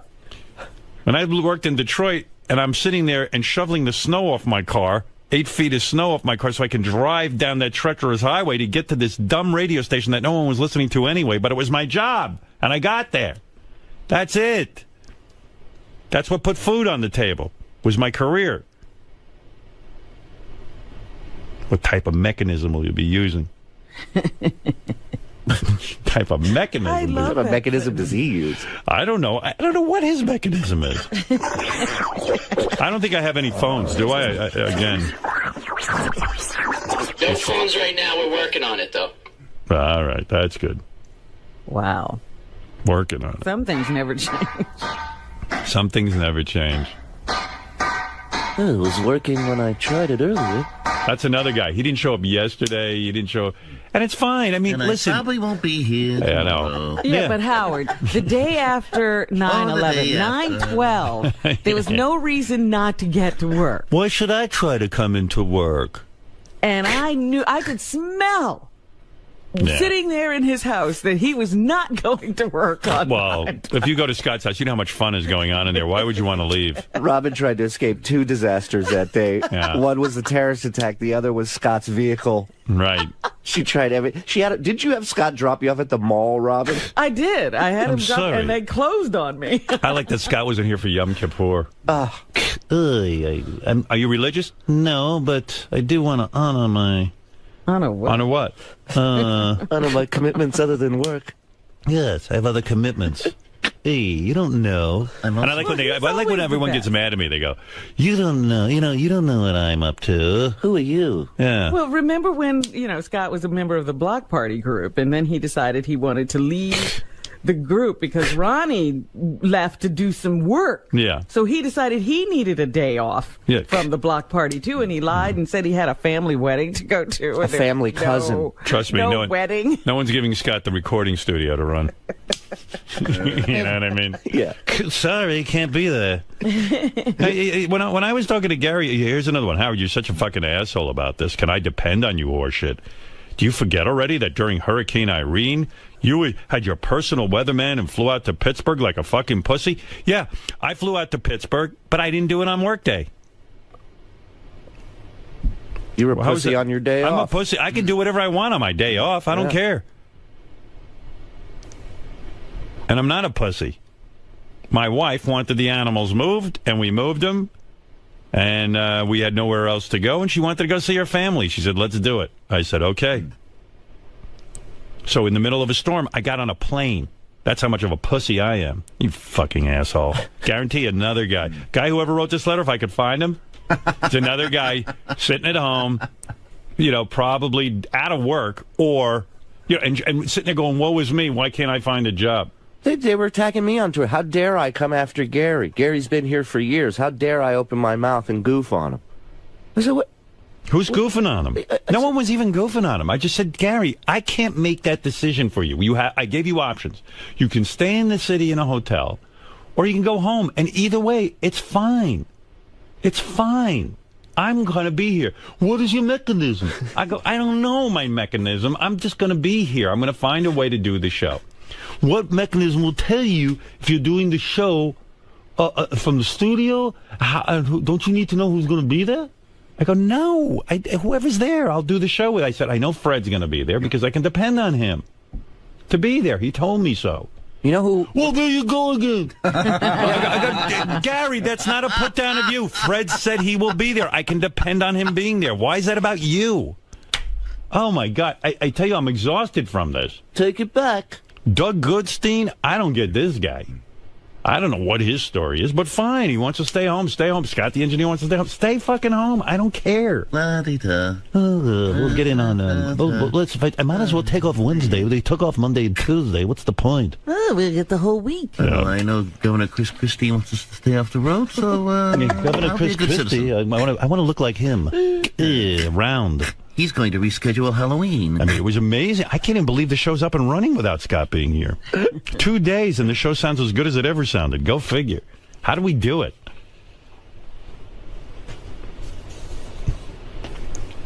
And even Jason, I mean, he had to run home yesterday. I'm like, Jason, what are you running home to? You got an apartment. I said, dude, stay in a hotel. No, I got to get home. Okay, I didn't bust anybody. These homes are like internet porn. Yeah, I don't want to hear from some lawyer telling me that I killed Jason by making him stay at work. I don't want to hear it. Everybody makes their own decision. It just sets everybody off when I decide to come to work. And then I become an asshole, and I'm a jerk because I'm coming into work. I don't know. Maybe the 3-day-a-week schedule is killing everybody. But I Too much. remember, Too much. being a kid, and as you said, in blizzards, and I guess my father thought it was important to have a job. Oh, I bet he did. Go to work in the blizzard. Right. Yeah, that's what And my somehow refrigerator the is house important. stayed there. Right. Oh, yeah, my father wouldn't come home for 3 days. It's like, okay, we stayed in the house, and then that was That's it. right. We I took don't care of know. the house. What was he going to do anyway? There was nothing to do. Well, if this tree falls on the house, I mean, well, that's like saying, well, if the world blows up, if a tree falls on the house, and then there's a big hole in my house, anything. and then I'm going to get a tarpaulin to cover the hole, and I mean, he's imagining scenarios that I mean, it's unbelievable. Do you know what he would have to do if a tree fell into his house? Well, I also like he's imagining Road Warrior, like Mary and the kids are going to be all alone. I will Milton. shoot the marauders. I will be like Someone is trying Mel to Gibson. Yeah, someone's in trying Mad to Max. someone's trying to eat Murphy. All hell is breaking loose. I'll use gasoline as currency. How are there zombies in my neighborhood? It's If The a tree fell Walking into- Dead. Yeah. If a tree fell into his house, he would have to leave the house. Exactly. And you know where he'd try to be? Manhattan, where it was That's dry. right. He'd come to a hotel. Absolutely. Listen to how to take him out. The tree falls on his house. He's going to get out in the storm. And I'm sorry, I'm an idiot for trying to protect my house. Yeah, kind of. He acts like trees aren't a big deal. Yeah. He's going to lift the tree. He's going to get that retard string. You should have just put the trampoline on the roof. The Yeah. tree would have bounced right off. Well, he could have bounced into Manhattan. Yeah, right. He's going to bounce out of danger. Oh no, tree's falling. Get That's the our trampoline. escape plan. If a tree falls on the house, Mary's going to bounce on the trampoline and bounce to Pittsburgh. And she's going to tie a bungee cord around me, so when she bounces, she pulls me up in the air. There she goes. Oh, my goodness. We will be using the trampoline mechanism. Yeah. You know, if somebody, and they did, if somebody was predicting 80-mile-an-hour winds, I try to get away from my house and all trees.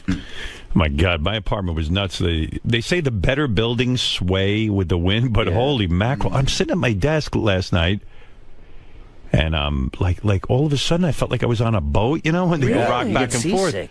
Yeah, and I was like, oh, I must be a fucking idiot. I'm like hallucinating. And then Beth says to me, do you feel like the whole, she goes, I'm getting a little seasick. I go, well, yeah, me too.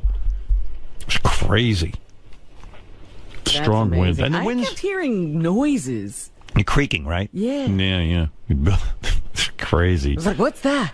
And I was like, oh, there's no way I'm going to fall asleep. It was so noisy. And I was like, 2 seconds later, I'm like unconscious. It's good to sleep in a storm. Oh, my God. I woke up. It was like, where's the storm? There's no storm. I know. I woke up the same way. I was like, I think it's over. I said to Beth, we're going to need Ambien. And I was getting angry at Beth because Beth sleeps through anything.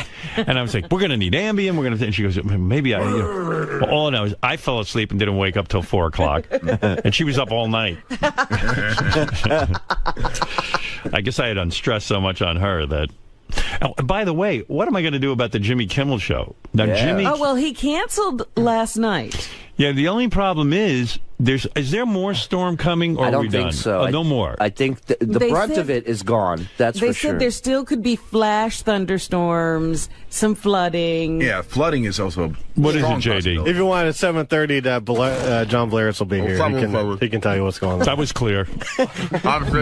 Did you sleep here last night? No, I slept in a hotel room. Oh, you did? I mean, I barely got any sleep, though. Weren't you worried about the mechanism? I was very nervous about everything going on today. Yeah. We were also like 2 blocks away from that crane that's about to fall. I know. I know. 57 We're like 2 blocks away Did you from see it. that crazy crane? JD, I'm glad I could depend on you being here. Thank you. Seriously. All right. Yeah.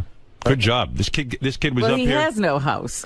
He was doing Jason's job and Gary's job, and him and Steve Brandano were doing the job. And Al helped out, and Jim McClure, and everyone back. Jimmy McClure, Al. You know what this crew's called, Howard? The Dependables. Yeah. That's what these guys are. And then there are the Undependables. Yeah. The Expendables. The Expendables.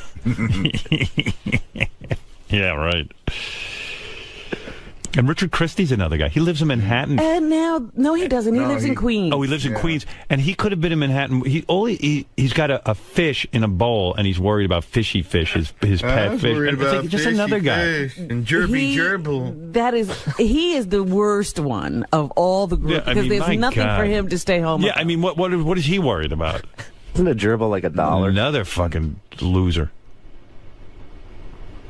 The fish will be fine. Fish will be happier with me in the house. And you know what he was worried about? The one thing he would show up for you, because I hope the storm doesn't hurt Yeah. Halloween. Yeah, he was worried about that on Friday of last week. Yeah. Right. And so any Halloween celebration, he would attend. I gotta get me some makeup. Both, I am dependable. All right, Gary. You calm down. Robin, do you want to speak to Gary? Why not? All right, Baba Booey is on the phone. He called in? Yeah. Baba Booey. I want to find out if the house is still there. How did you make out with the house? Any trees fall on it, or did the trampoline get away from you? Hey, can I make a quick statement? Yes. I want to point out to both of you guys that I harbor no animosity or resentment. When I said yesterday, you guys have different circumstances, that's what I meant. And I'm getting some weird feedback on this phone, by the way, so I apologize. Yeah, well, first of all, you attacked me because all I said to you is, can I depend on you being here? Meaning, who is going to be here tomorrow and who isn't?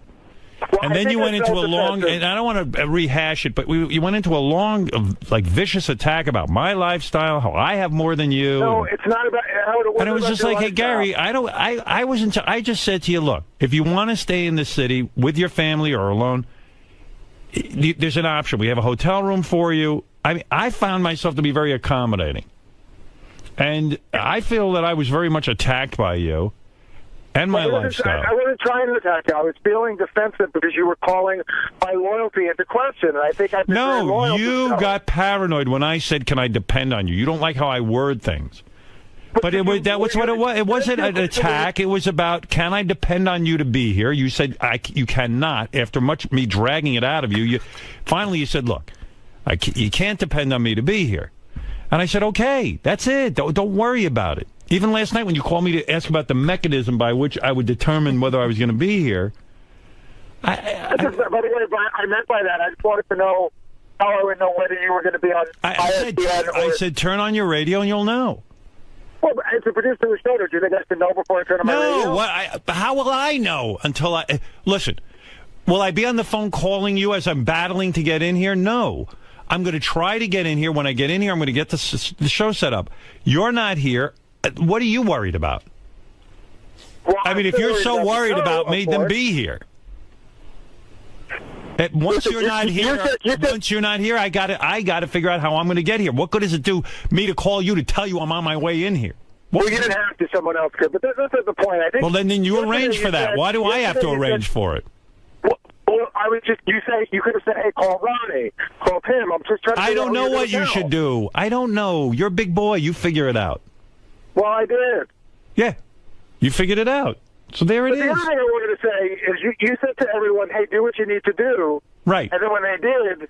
What did I do to you? I said to you, Gary, you attacked me. You spent the first hour of the show saying that I'm not loyal to the show, and I didn't say you weren't loyal to the show. You're putting words into his mouth. He never said that. I didn't say you weren't loyal to the show. I'm goofing on you because...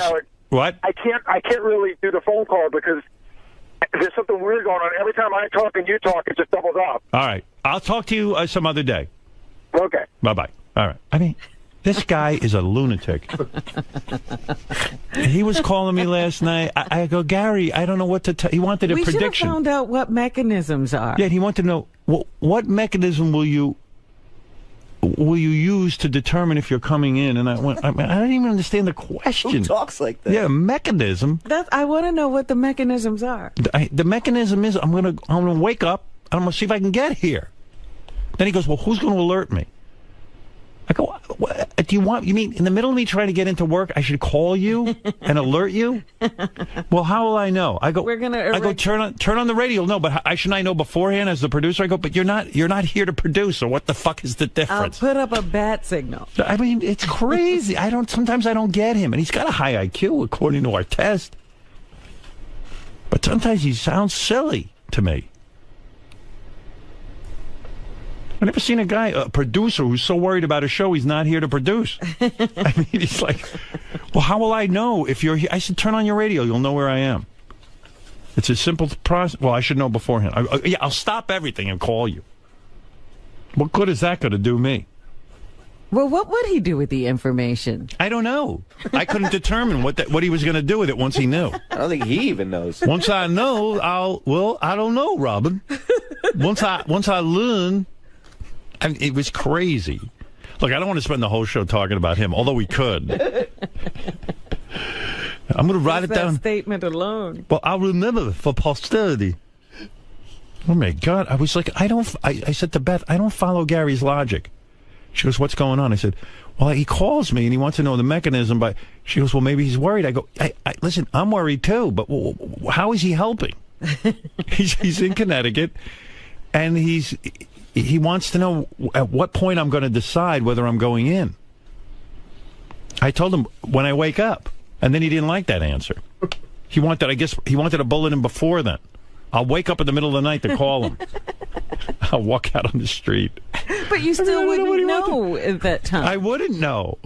I didn't know I was going to get here till I got here. And then when I got here, I got to work. Well, how am I supposed to know that? Yeah, right. That's what he kept saying, though. Right. I mean, it's crazy, and now he's going to be mad at you, but then what do I know? You don't know anything. But I need to know. Yeah. How will I know when you wake up? I think he wanted me to call him when I got up. And that wouldn't have even been able. I wouldn't have been able to tell him anything then. You'd have to assess the situation. Is Ronnie downstairs? Right. You know, are the streets passable? I didn't know anything. Are the streets open? Gary, I'm awake. Yes. Now I'm going to go. I'm going to go downstairs. Do you know if you're going in yet? What is your mechanism for getting downstairs? I mean, it was the craziest thing. I mean, it was like retarded. What is your mechanism for getting dressed? And then he starts to attack me because he thinks I'm goofing on his loyalty. I'm not. I just want to get to work. He feels guilty not being here, and he's blaming me. Right. Do you know at one point somebody told me that they were thinking of shutting down the elevators in most of the building? Right. And guess what I would have done? I would have walked downstairs. Yeah. Would have taken me a little longer. What mechanism will you use to determine if you should walk down the steps? I was like, Gary, this is crazy. What do you have planned today? What's going on? He wanted from me. He was bothering me. He had his choice. Stay in the city. Are you nervous for today, or are you of course to handle? Of course, you want to make sure everything goes all right. You know, so want everything goes seamless. You know, as if the actual executive producer is here. So normally it's like a 6-man team, and you guys are down to 2, I guess. Oh, listen, we got engineers dealing with the phones, and Lieberman and Ronnie are over here, so. All right, I'll let you go. Good luck today. Yeah, check the papers. Check the papers.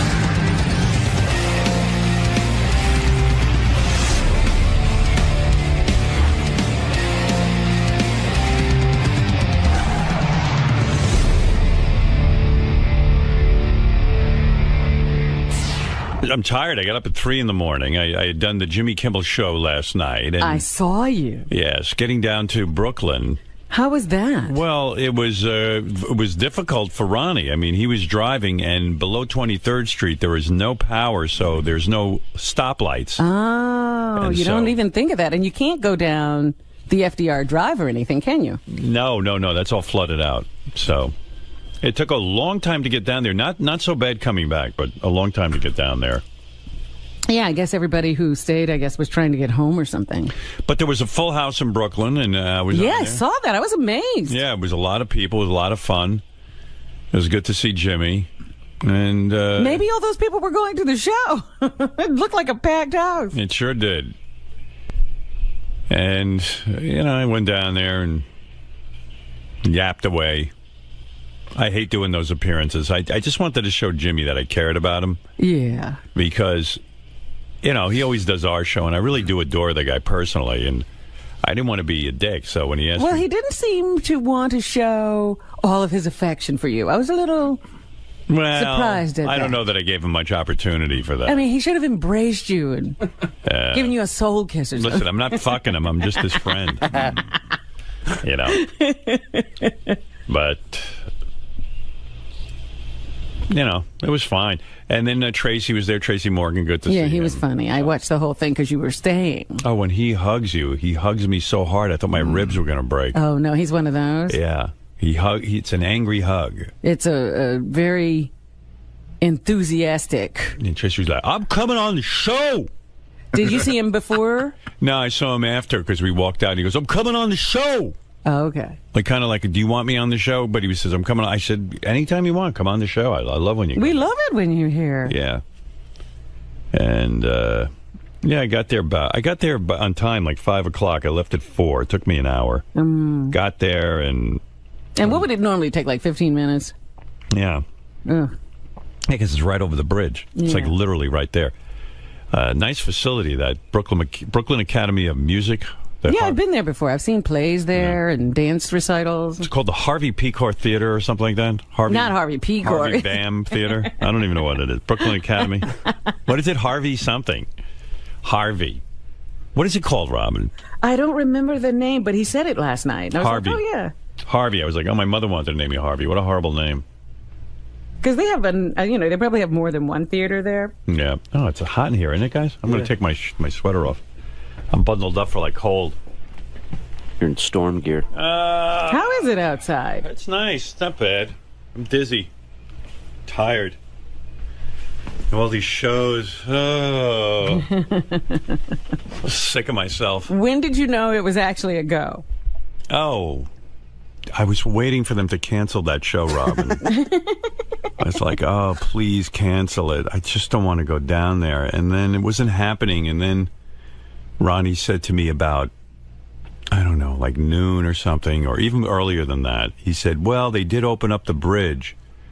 I went, oh, no. And he was kind of like, oh, no, too, because he said, yeah, he goes, but getting down there is going to be really difficult, and there's no lights, and there's... I said, I never even thought of that. I said, if they hadn't opened the bridge, I had an out.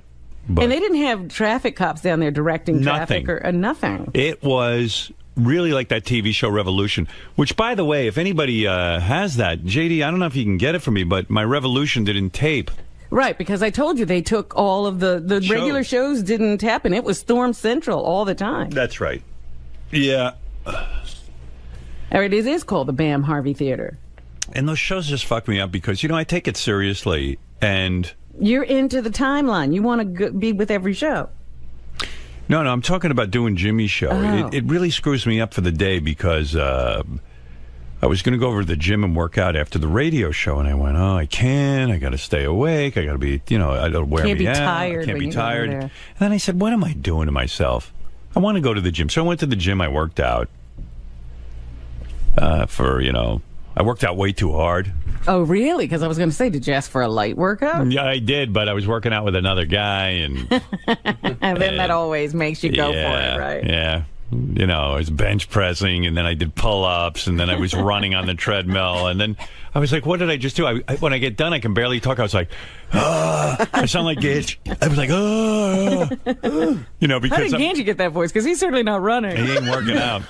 I'm running to the pizza store. But, you know, hey, JD. They're re-airing Revolution on Friday.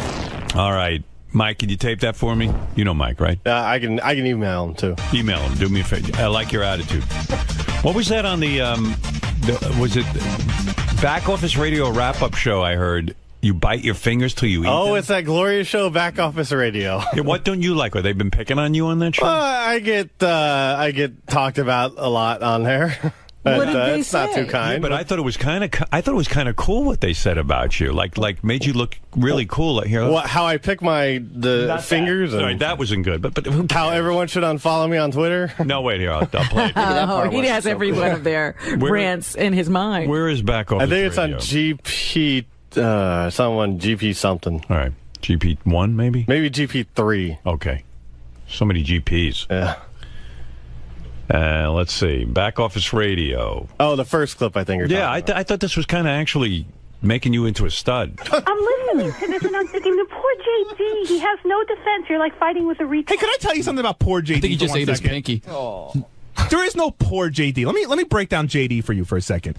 He works on the greatest radio show / TV show in the history of the world. He lives and works in the #1 city in the world. He gets paid thousands of dollars to do appearances on the weekends, and he's fucking girls all over the country and somehow keeping it on the DL. There is no poor JD. JD is living a life. If I describe that life for any other person, you would go, wow, that guy's living a life.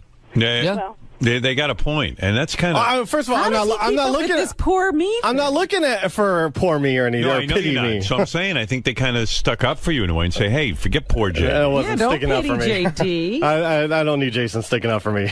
No, Do you really still hate angry at Jason? I mean, it's not. It's not the best of relationships, but you gotta do what you gotta do. And what is this? You refuse to pull clips from their show? That's weird. Well, if someone else can do it, I certainly don't want to, help any show that just wants to. Well, you're helping my show. Dash. Well, you're not. What do you mean? JD, these channels pay your salary. I know that, but there's no but. You don't want to pull clips where they're insulting to well, you. yeah, of course. That I understand. JD, they're not talking about you. Yes, they are. They're talking about your character. Yeah, well, you're the one with the character, Robin, not me. I'm not intelligent enough to do two to different. separate Yeah. it. I think they've done. It's hard enough being me alone, let alone being someone else. I think they've done like 3 shows or something, and each show they nominate a douche of the week. And correct me if I'm wrong, but hasn't Jason nominated you for all 3 shows? No, I don't think he's actually nominated me for any of the shows. Oh, really? So, I mean, I might as well be douche of the week. He definitely talks about him every show. Jason makes it a point. The second show. Oh, God. All right, let me hear. JD announced in the news that he unfollowed me on Twitter. Let me explain something to the audience. JD shouldn't be on Twitter right now. Howard's told him twice to cancel his Twitter account.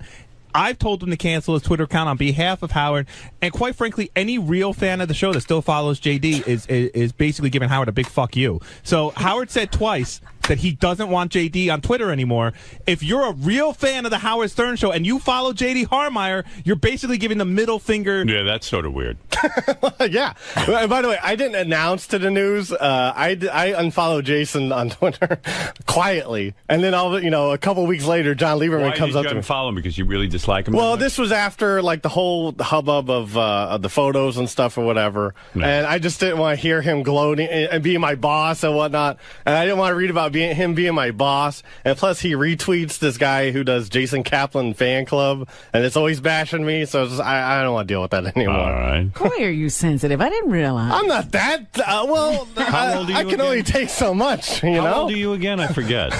Yeah, I mean, you're involved 32. In a lot of childish shit. Well, he is a guy who just took down his spelling bee trophies. All right. All right. I'm not saying I'm not a man-child or anything. He's making progress. My nominee for douche of the week is J.D. Harmeyer. He's eating his hands again. Yeah. You remember when he's chewing on his fingers and you can see. Yeah. What is the whole show bashing you? I mean, this. It's a lot. You're a douche because you eat your fingers? That's what I told Teddy. Not a douche, you're a troubled guy. I You're not a know. douche. This is a really behind-the-scenes show. Yeah. Yeah, it's a little inside. It's very inside. Yeah. I want it to be more outside. So when you get nervous, you start to chew on your fingers? Yeah, it's a thing. Yeah, I know a lot of people who do that. And you bleed, you get Sometimes, yes. Yeah, you're gross. Yeah, thanks, Robin. You're not a douche. You're gross. Yeah, right. Yeah. That's not a douche. You guys are incorrect. Yeah, let's get that right. He's gross, not douche. Nominate him for gross of the week. All right. I don't need that either. Well, I love you. Oh, I love you too. By the way, and thank you for putting. Why are you laughing? I think I know what you're about to go. Thank you. If I say something nice about you, you laugh and you get upset. I get very nervous with that sort of stuff. Look at me and don't laugh. Okay. Let me see you close your mouth. What? Close your mouth. If you laugh during this, you're fired. All right? Stop it. Close your mouth. Close your mouth and stop laughing. Get it all out now. All right. Nothing funny. Look, I want to thank you. What are you doing? What are you doing? I'm trying to talk to you. You're goofy. You're smiling. What? You're smiling. Say something nice. You can do this, JD. I want to say thank you. What are you doing? Look at him. Wow. Now, this could get you nominated for douche. Are you embarrassed? I'm not embarrassed, but you're smiling at me, and I'm All trying right, I'm going to keep a straight face. JD, I want to thank you for your hard work this week. Thank you. You're welcome. Okay. He's going to break this. Look at this fucking guy. You can't have a serious conversation with him. No wonder you're douche of the week. Hey. All right, listen to me. Yes. Seriously, thank you. I know you put in a lot of hours this week. And, we were able to broadcast through the storm. And, you're a real dependable guy, a guy who's always here, and you're always in the trenches. And I want to thank you for that. I was thinking about you and how much I appreciate that you're a part of this team and how hard you work. And I think it's important to let you know that. Oh, well, you're welcome. All right. That's it. Doing my job. No joke. That's all. Now laugh. Now you can laugh. All right. You know what I also love about JD? He's crying. No, I was laughing. I was crying and laughing. Oh. But you know what I love about him? What? He doesn't expect to get applause for doing what he's supposed to do. Robin, I believe I was praising him. You can't. No, but I just noticed that. Like he's like, Robin's I was right. just doing my job. No, Most Robin people are like, thank you. Like you're supposed to praise them for what they get paid for. I know, it was weird. Like Scott finally showed up today, and it was almost like he was waiting for me to say, "Oh, you're back. Thank you." The prodigal son has returned. Yeah. Thank you. You were waiting for Elijah? Well, wait no more.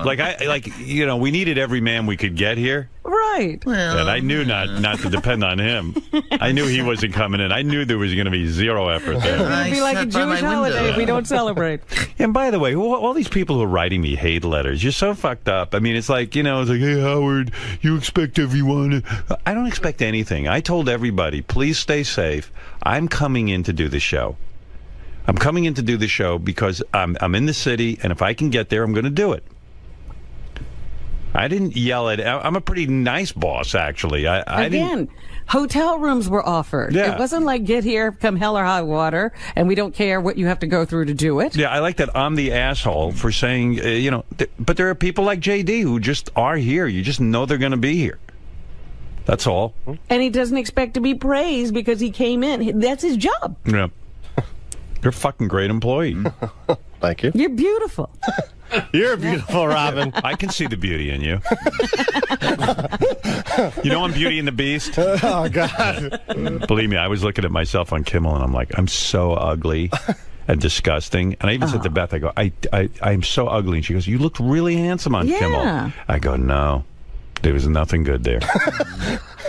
And you know what? Same with you, JD. That's how I see myself. Through the bloody hands, the disgusting hairdo, the horrible clothes, the weight gain. Forgot facial hair. Yeah, right. The ridiculous facial hair.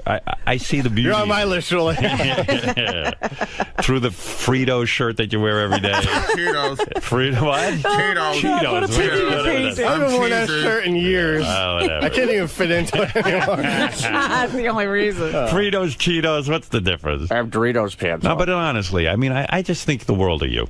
I really do. I think the world of the show, and Yeah.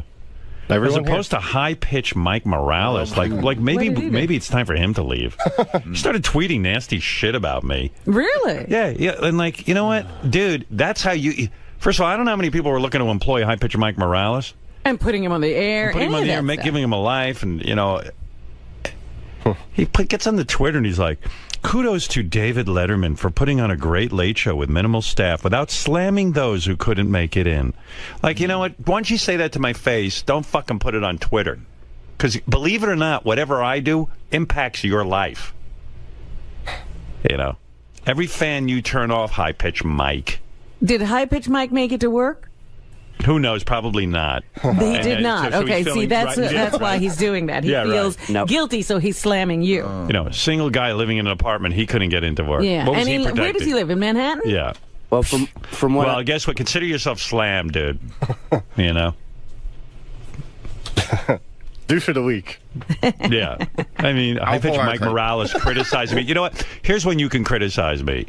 When you've kept a radio show going for 35-plus years... kept people employed, and you sit for 4.5 hours every day and try to figure out what's going to make an audience entertained and laugh so that we can continue working. And if everything I say doesn't come out to your liking or perfectly, try it sometimes. Yeah, does he hate doing the post-AGT show? Does he hate all the other things that have come from this? Go to a small market, convince a program director to put you on the air, and let me see you get ratings, and let me see you build a career. So easy. You know, if you're going to just ride off of my coattails, you don't have any right to criticize me. Ever. Because really, while he slammed you, he didn't fire you. No. If he slammed you, he didn't even mention you. Yeah. That might be why you're upset. Right. You were so unmessed you weren't even mentioned. He didn't come in Monday and Tuesday. It's not like he lives far. He's in Washington Heights somewhere. Oh, you know, I mean, like, get over yourself. Don't sit and criticize me. Because while you were at home, I'm sitting here trying to entertain our audience. Keeping the lights on. Yeah. You don't get that right. You criticize. JD can criticize me. Fuck you. Believe me, David Letterman wanted to criticize those people. Right. Because believe he me, was there. I know Letterman, and I know a lot about him. Believe me, he was criticizing those people. Yeah, he didn't do it on the air. And just you know fired what? Their ass. They'll have repercussions. Yeah. You know, he fucks them. They gotta get up that room and bend over. Yeah, right. Yeah. Like, Dave's such a great guy. No, he fucks you when you're an intern. Yeah, he's a wonderful guy. Mike's He's bitching terrific. now. Wait till you fuck him. Yeah. Oh, Dave is so wonderful. Okay, high-pitch Mike, get a job with him. Let's see if he wants your ass. Oh, my God. My staff. Gary was on Wrap-Up Show with John Hine, and they were talking about... I tried to get, in to listen to that, but I had some things to do, and it was already over before I could hear what they said. It was a good show. The boys did a good job, and it was funny because they were trying to figure out who was going to get it the worst. Which one is that, Gar? Which clip? Number 5. 5, okay. Those tones. So who do you think Howard is going to give the hardest time or is really the most disappointed in? Is it Gary? Is it Doug? Or is it Scott Salem? Doug Goodstein, I don't get at all. That guy, I don't get. Is he here today even? Or did he just figure we'll finish out the week? He's here. Yeah. He didn't come in on Monday. Monday there was nothing happening. Yeah. And I'm sorry if people think I'm pissed at them. I'm not pissed. I told people stay home. Hey, you safe and sound, Doug? Everything okay? Yeah. Thank you. Good, thank God. Can I explain the facts instead of No. I don't care. falsehoods? I told you it's fine. Yeah. No one missed you. Howard. No one missed you. Okay. It was fine. We functioned fine without you. I did what I could. The company was closed. They didn't want anyone coming in. I, went back and forth with legal, and I said, I got to get a crew here. So they were comfortable. The thing they were comfortable with was with the guys in the city. That's what we did. They didn't want people from the outskirts and the suburbs to come in. Who's bothering you? You beat the shit out of me with falsehoods and bullshit and disparaged me for fucking 2 days. So that's the truth, okay? Here's and the then truth. you'd speak out of both sides of your mouth. Like, You I know couldn't people be got to here. protect the family, but why the fuck are they here? Did what you a loser. protect your family? Yeah, I did. You Okay, did. I have two little On kids and a Monday? wife at home. On Monday? Well, Monday, you know, in hindsight, there was no storm on Monday. In hindsight, Howard, I went by the forecast and was, listening, and it was supposed to hit at 3 o'clock at full force in the morning. Well, you do the when show I woke till 10 up, and then you go home. I'm not going to argue with you. When I woke up, I was like, you're arguing. You came in here. I didn't ask for you. No, about Monday. You just barged in on my show. I'm just barging. You're talking about me. Can I defend myself? No, there's nothing to defend. You didn't come in. So I'm fine with it. I want to explain myself. I'm going to stay. Go ahead. I'll be quiet. Thank you. Go ahead. Thank you. I have the floor. Since you're hijacking my show, why don't I leave? Because I listened for 2 days as you just trashed me and talked shit about me and Gary, too, which was not right. The point is you were not here. On Monday, listen, the storm was supposed to hit full force. And I didn't disparage you. How did I disparage you? By saying I'm a loser. I didn't say you're a loser. I'm a pussy. I'm a fucking man. I'm a man to protect my family. That's what I did. I said you weren't a man. I said you weren't. Oh, I didn't want to stay home and protect my family, right? I don't have any family. You have. How did you figure that out? How did you figure out that you need to be? I like that. I'm not mad at you, Howard. I just think it was wrong. You barged in and you're starting in with me. You don't think on Monday I didn't want to stay home? Of course I want to stay home. Don't you think legal was concerned about me? He's had 35 years on the air of all kinds of weather. I've come in all kinds of weather. I have 3 kids at home. I had a wife at home. I have a house. I know all about your it. Kids are all over the country, aren't they? They were children at one time in his life. I've come in during all kinds of weather. Right. And listen, I never called you a loser. Okay. I never said you weren't a man. You're saying that about yourself by putting it on me. I think I could pull some clips. Well, pull them out. Pull the clips, and then come back in here. Saying. Pull the clips, because you're lying right now. Your interpretation. I didn't. Okay, that is my interpretation. If those were the exact words, then I'm sorry. Okay, you're absolutely out of line. But let me explain Monday. And again, hindsight is, if I look back now, I could have come in. So every one of you have said something that really disturbs me. Howard doesn't understand. We want to protect our family. No, I know you get that. You're a great family. I'm not questioning family, I know. I have a wife. You just did. You absolutely said, Howard, I want to protect my family. Like, I don't want to protect my family. You think I wanted to leave my apartment and leave Beth alone, who said to me, stay home? Okay. Do you know there was I love one her as much as you love your wife. You should have brought her here. You're actually was safer here. She was sitting in an apartment, and we were in Manhattan, and this incredible blizzard came up. Howard said, you guys do whatever you want. I have to get home. Yeah, I mean, but I'm not disparaging you for your decision. Okay. But don't attack me. No, I felt attacked. Okay, I felt attacked. Well, and yesterday, Monday morning, there was no railroads. Number one, right? Are we done with this? No. I want to explain it. No, this is what you were trashing me for. I didn't trash you. I said you're not here Monday and Tuesday. And Tuesday. Highways closed, tunnels, of course. Railroads. There was no way to get in. You said, why the fuck am I not here? You would have been here. You would have been here on Monday. You could have taken a hotel room and stayed in town, but you didn't choose to. And I'm fine with that. Okay. I'm not disparaging you. Okay, that's fine that you had your options. You took your option. I just thought I heard it differently. Again, I do question. People throw up that I protected my family. What did you do? He didn't protect anything. If anything would have happened, you don't know, Robin. If nothing happened. But Robin, nothing happened. Nothing happened. Talk to the millions of people who lost their homes, who are flooded out and destroyed. I'm but you one weren't of them. there. You weren't there. You don't have a family, Robin. I would have gotten them out. I would not have left them in danger. But I stayed in my home. So Robin's less important. She didn't want to protect her home? I'm not saying anyone's less important. She doesn't want to protect. Of course she wanted to be with her home, but she came in. But if I had a family, do you think I would have left them at home, say, I'm going to stay here and protect you? Like water's coming over the wall and I can protect you? You're crazy. Of course not. But you would have been in your apartment. If you want to protect your family, get them out. If there's really some sort of danger that you're really concerned about. That's what I'm saying. Going into the danger to protect your family. In the danger, I was at home. We were at home. But you're acting like there's going to be danger. I stayed home to protect Robin, I have trees all around my property and stuff. Doug, I get it. But it's Monday, fine. let me just explain. Monday, I want to go on with the show. I'm done. No. Please. Again with the trees. They're going to hold up trees. One of us is going to leave the room right now. Okay. Either you or me. And I will get up and leave, and you will do the show for 4 hours. If you think you talking about your trees in your house and protecting your family is interesting, I'm all for it, but I don't have to be here for it. I want to explain to you why Monday morning I wasn't here. I'm proud of you for not coming to work and protecting your family. You didn't hear it. I heard enough. Okay. The company said. We heard it. Right. And I abided by the company. I wasn't going to be some rogue asshole and then put myself in danger and the company in liability. And you attached to that company with the business we do together. Absolutely. Okay. Yeah. Explain. All right. Now go back and do what you do. I mean, really, get to work. I feel your explanation is valid. Nothing. I apologize if you were offended. We did everything I can, and because of me, we had a crew here to cover the show. That was my goal, and that is my position. you. And that And is thank what I you was for looking out doing for that. you. Thank Whether I you. was here or not, I was home listening, doing what I could have done here. Hey, We can I didn't tell you cut something? shows. We can't cut shows. We're out of power I'm downtown. glad- There's no daily shows. I'm glad you We got it explained on tape, and that's what we needed Thank to do. you. And I'm glad you explained that. And you want to know something? Now that you explained it, I apologize. Yeah, right. And I'm... You're just so condescending to I'm me. not. No, right now. I'm You are. apologizing. I'm getting you a ribbon. I do. Did you hear what I said? I'm going to give you an award tomorrow. And it's like you treat me like shit. Like No. I haven't been here with Gary, and you treat I'm Gary like shit. sending you I don't a get ribbon. it. Oh, now you're worried about Gary. No, I heard You're Gary's his rap. defender. It What wasn't. is Gary, a woman? He can't No. stand up for himself? What are you, a man and he's a woman? I can't say anything right. All right, look.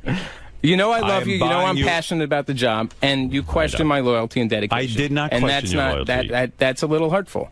And you want to put the Doug. sound effects, Fred? Go ahead. Put What do the you want? crying. Put Crown? the asshole. Call me an asshole when I walk Put out on the the room, like crying. you did the other day. I mean, go ahead. Wow, wow, wow. Wow, wow, wow. All right, thank you. You're hijacking my show, and I'm I gonna am ask you to because leave. I'm now I have the platform to defend All right, myself. from Go what ahead. I- I'm going to keep I'm quiet. done. No, now I'm now done. you're done. No, Yeah, I think you have more to say. Go ahead. And you'll get your ribbon tomorrow.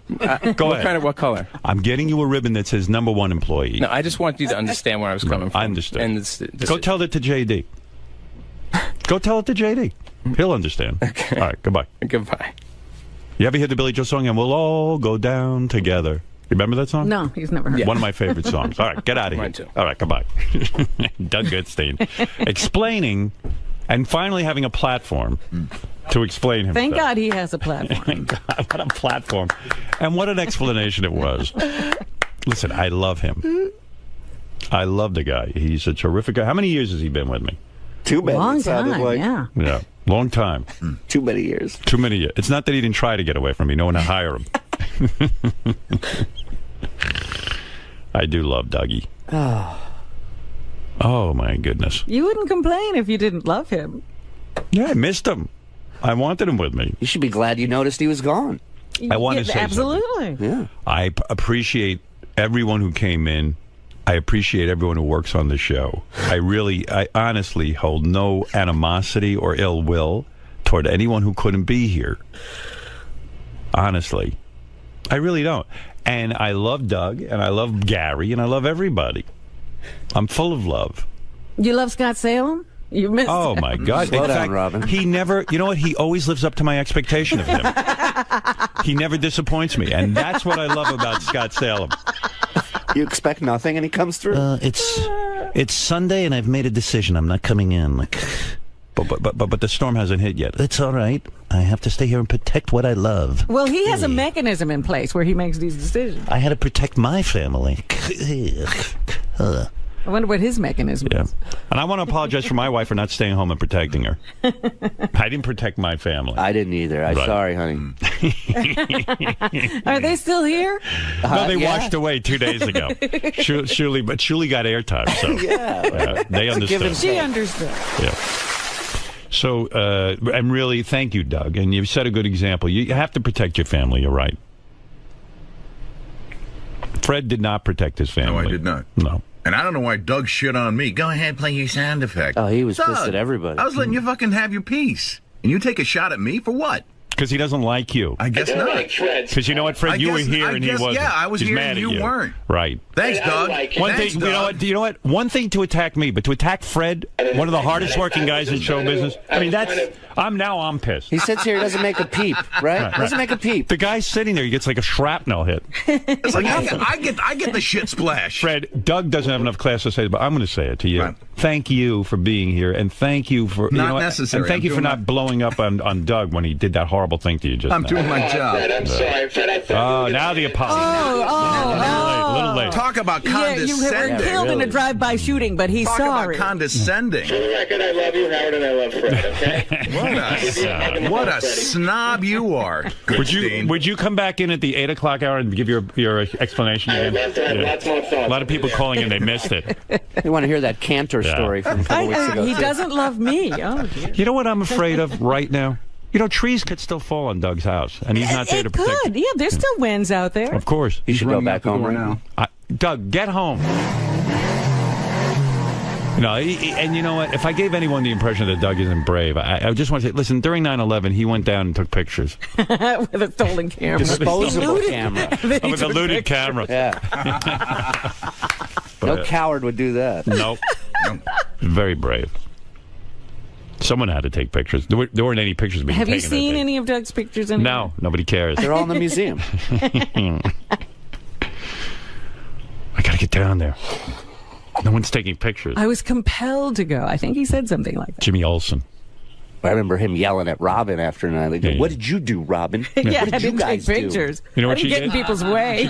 She got Adam Manhattan so she was one less bothersome person. She rode in a car with Scott. I stayed away from the area since I couldn't help. Right. No, he helped. He took pictures.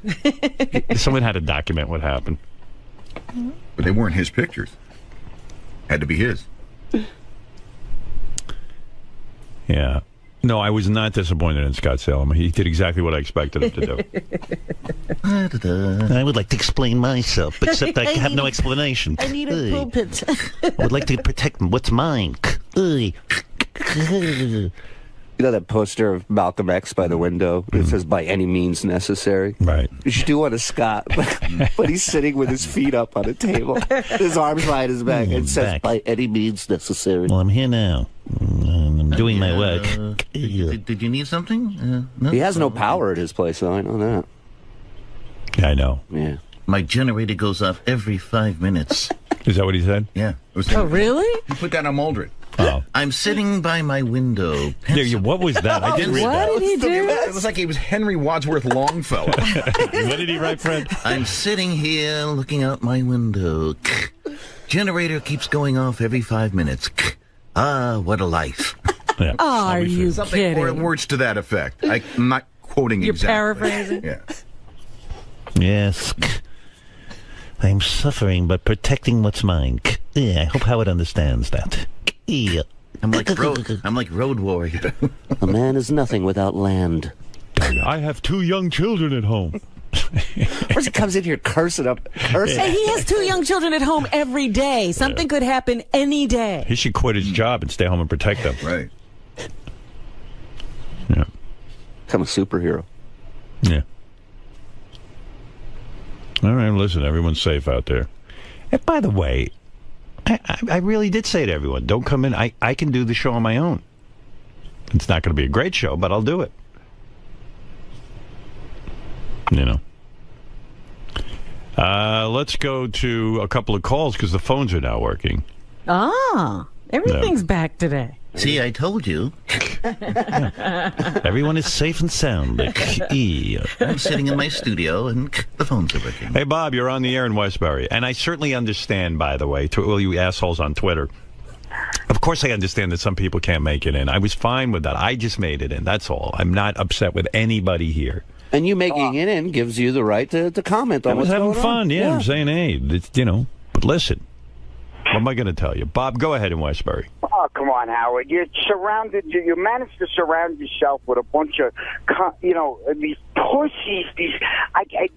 Their work ethic is nothing like with you, Robin and Fred. The original 3 there, and your whole workforce, or most of your workforce, decides not to come in because of the fucking wind is blowing, and they want to, what are they going to wrap their cape around their wife and save their fucking wife? Fuck these people. Well, listen, Look, people have their priorities. No. Oh, God. I mean, listen, let me tell you something. If they have no Didn't you hear Doug's explanation? How could you say that after what he My explained? hands were tied. The legal department. I tried to find out how he feet protected. to the fire. The legal department. Only at the Howard Stern show would they still have a job today. If they were out in the workforce in the real world doing real fucking jobs out here, they'd have no idea how good they got it over there. I was sick. And High Pitch Mike attacked me on Twitter. I mean, I like that. This guy's never had a job outside of me. Don't know what you ever did for him. Yeah. He has no idea what it is to go out and get a radio job. Couldn't get one. Ask a kid, Chris. Exactly. You're carrying these guys. They have the life of Riley. They don't know. Well, 3 years, everyone's going to know what it's like without Howie. Well, you know what? Wait till you see. Have a whole bunch of unemployed people, man. Because there's no way they would get away with the shit. They're going to sit around in a bar and have a reunion every 10 years and go, remember when we worked for Howard When we Stern? had fun. Before we worked at McDonald's? It was so fucking great. It was so much fun. We had a good time. I mean, and who gets to come in and call their boss names like Doug just did? Oh, wow. The other thing, now they're on the attack. I mean... Oh, yeah, everyone's attacking me. All I did was come in and entertain my audience. Yeah, keep things going until he could get back. Right. You protected him while he protected his family. Yeah. And I didn't want to protect my family. My family doesn't count. Because Beth and I don't have kids. But you know what? His family counts. Howard, this is your view of family. Everyone. My family is everyone. The world is my You come family. in here and you make sure they all have jobs. That's right. I didn't retire so they'd have a job. Yeah, well, you're my hero, Howard. Right, thank you. They never think about that. Thank you, Bob. At least you care about me. Thank you. Well, I do care about you. The other thing, can I switch gears for 1 second? Yeah. The re-release of Private Parts. We strike while the iron is hot. America loves you. I could picture 6'5" cardboard cutouts of you handing. Bob, that was a long time ago. I think that phase of my life is over. But thank you. Bob shot out of a cannon this morning. Pitching you ideas. No. Re-release of Private Parts. Yeah. Chris, you're on the air. Hi, Chris, in Seattle. Real quick, I was going to ask you a question, but first, did Richard Christie come in today? Because that's the guy you got to focus on. Oh, yeah, maybe he's still out because the fishy fish. Richard Christie wrote a whole long thing, too, yesterday about how, like, defiantly, how glad he is he stayed home because he was able to put towels. I made the right decision. I was able to put towels on the windows when the water came in. I'm like, well, you know what? Towels? I had water coming in, too, and I was able to put towels because... And you still got to work. And I got to work, too. I did both. I was able to put towels on my window. That was my own. You know what? I had a leak in my windows a while back. I guess I should have stayed home. Right. You should have. You should have protected what was yours. He rents an apartment. He didn't even own it. And Yeah, he's worried in about there. the windows. He's protecting what his the rented landlord. apartment up. So he did make it in, though, today. Oh, yeah. He bravely made it in. You're my biggest disappointment. You have you're like me. According to Doug Goodstein, you don't have any kids with your wife presently. My kids are older, so you shouldn't have stayed home and protected what's yours. Why didn't you just come to the hotel? I thought you would have been at the hotel with your wife having a good time. Well, they shut down our building, and I didn't want to leave so where I couldn't come back on Monday. Like, they shut down our building Sunday night. But now you're here, so can't they? So how are you going to get back? No, yesterday they opened back. Of course they did.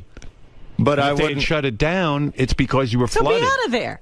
Well, we're be at the hotel. We're on a high floor, so I wanted to stay there and just make sure we didn't get like water damage. And plus, we have a pet Don't that you I have didn't. insurance? Make sure you didn't don't you think I wanted to make sure I didn't get water damage? But you were able to go home. I wouldn't have been able to go home during the storm. You're a nut. It's not even your apartment. You rented. Yeah, but everything in there. What do you have in there? You have shit in there. It's irreplaceable, Howard. He's been collecting for years. But it's my shit. The collective junk in his apartment is worth $10. Haven't you heard one man's junk is another man's treasure? My fuck No, your junk is junk. Then you shouldn't have it in such an insecure place ever. I have a hard drive of porno. All my fuck books. I have. Yeah, this is irreplaceable. I collected all this myself. 20 Halloween costumes. And I noticed the other day he's wearing an of Halloween wristband. DVDs, VHS, beta, and soundtracks. He makes decisions like a guy who loves Halloween. So now will you go out Halloweening and trick-or-treating? Well, you know... Because everything's all protected. More low-key, just because I feel bad. Like, I have a friend that lives in Breezy Point, and I think his house burned down. So it's sad. Well, now. he's got a real problem. You have no problem. He has a problem. I know, but I feel sad for all the people, and you can't really celebrate. Yeah, like, Halloween is ruined, right? Well, next week they're going to do the parade, I think. So yeah, they're going to postpone it so the pain will be over by next week. You shouldn't leave your apartment during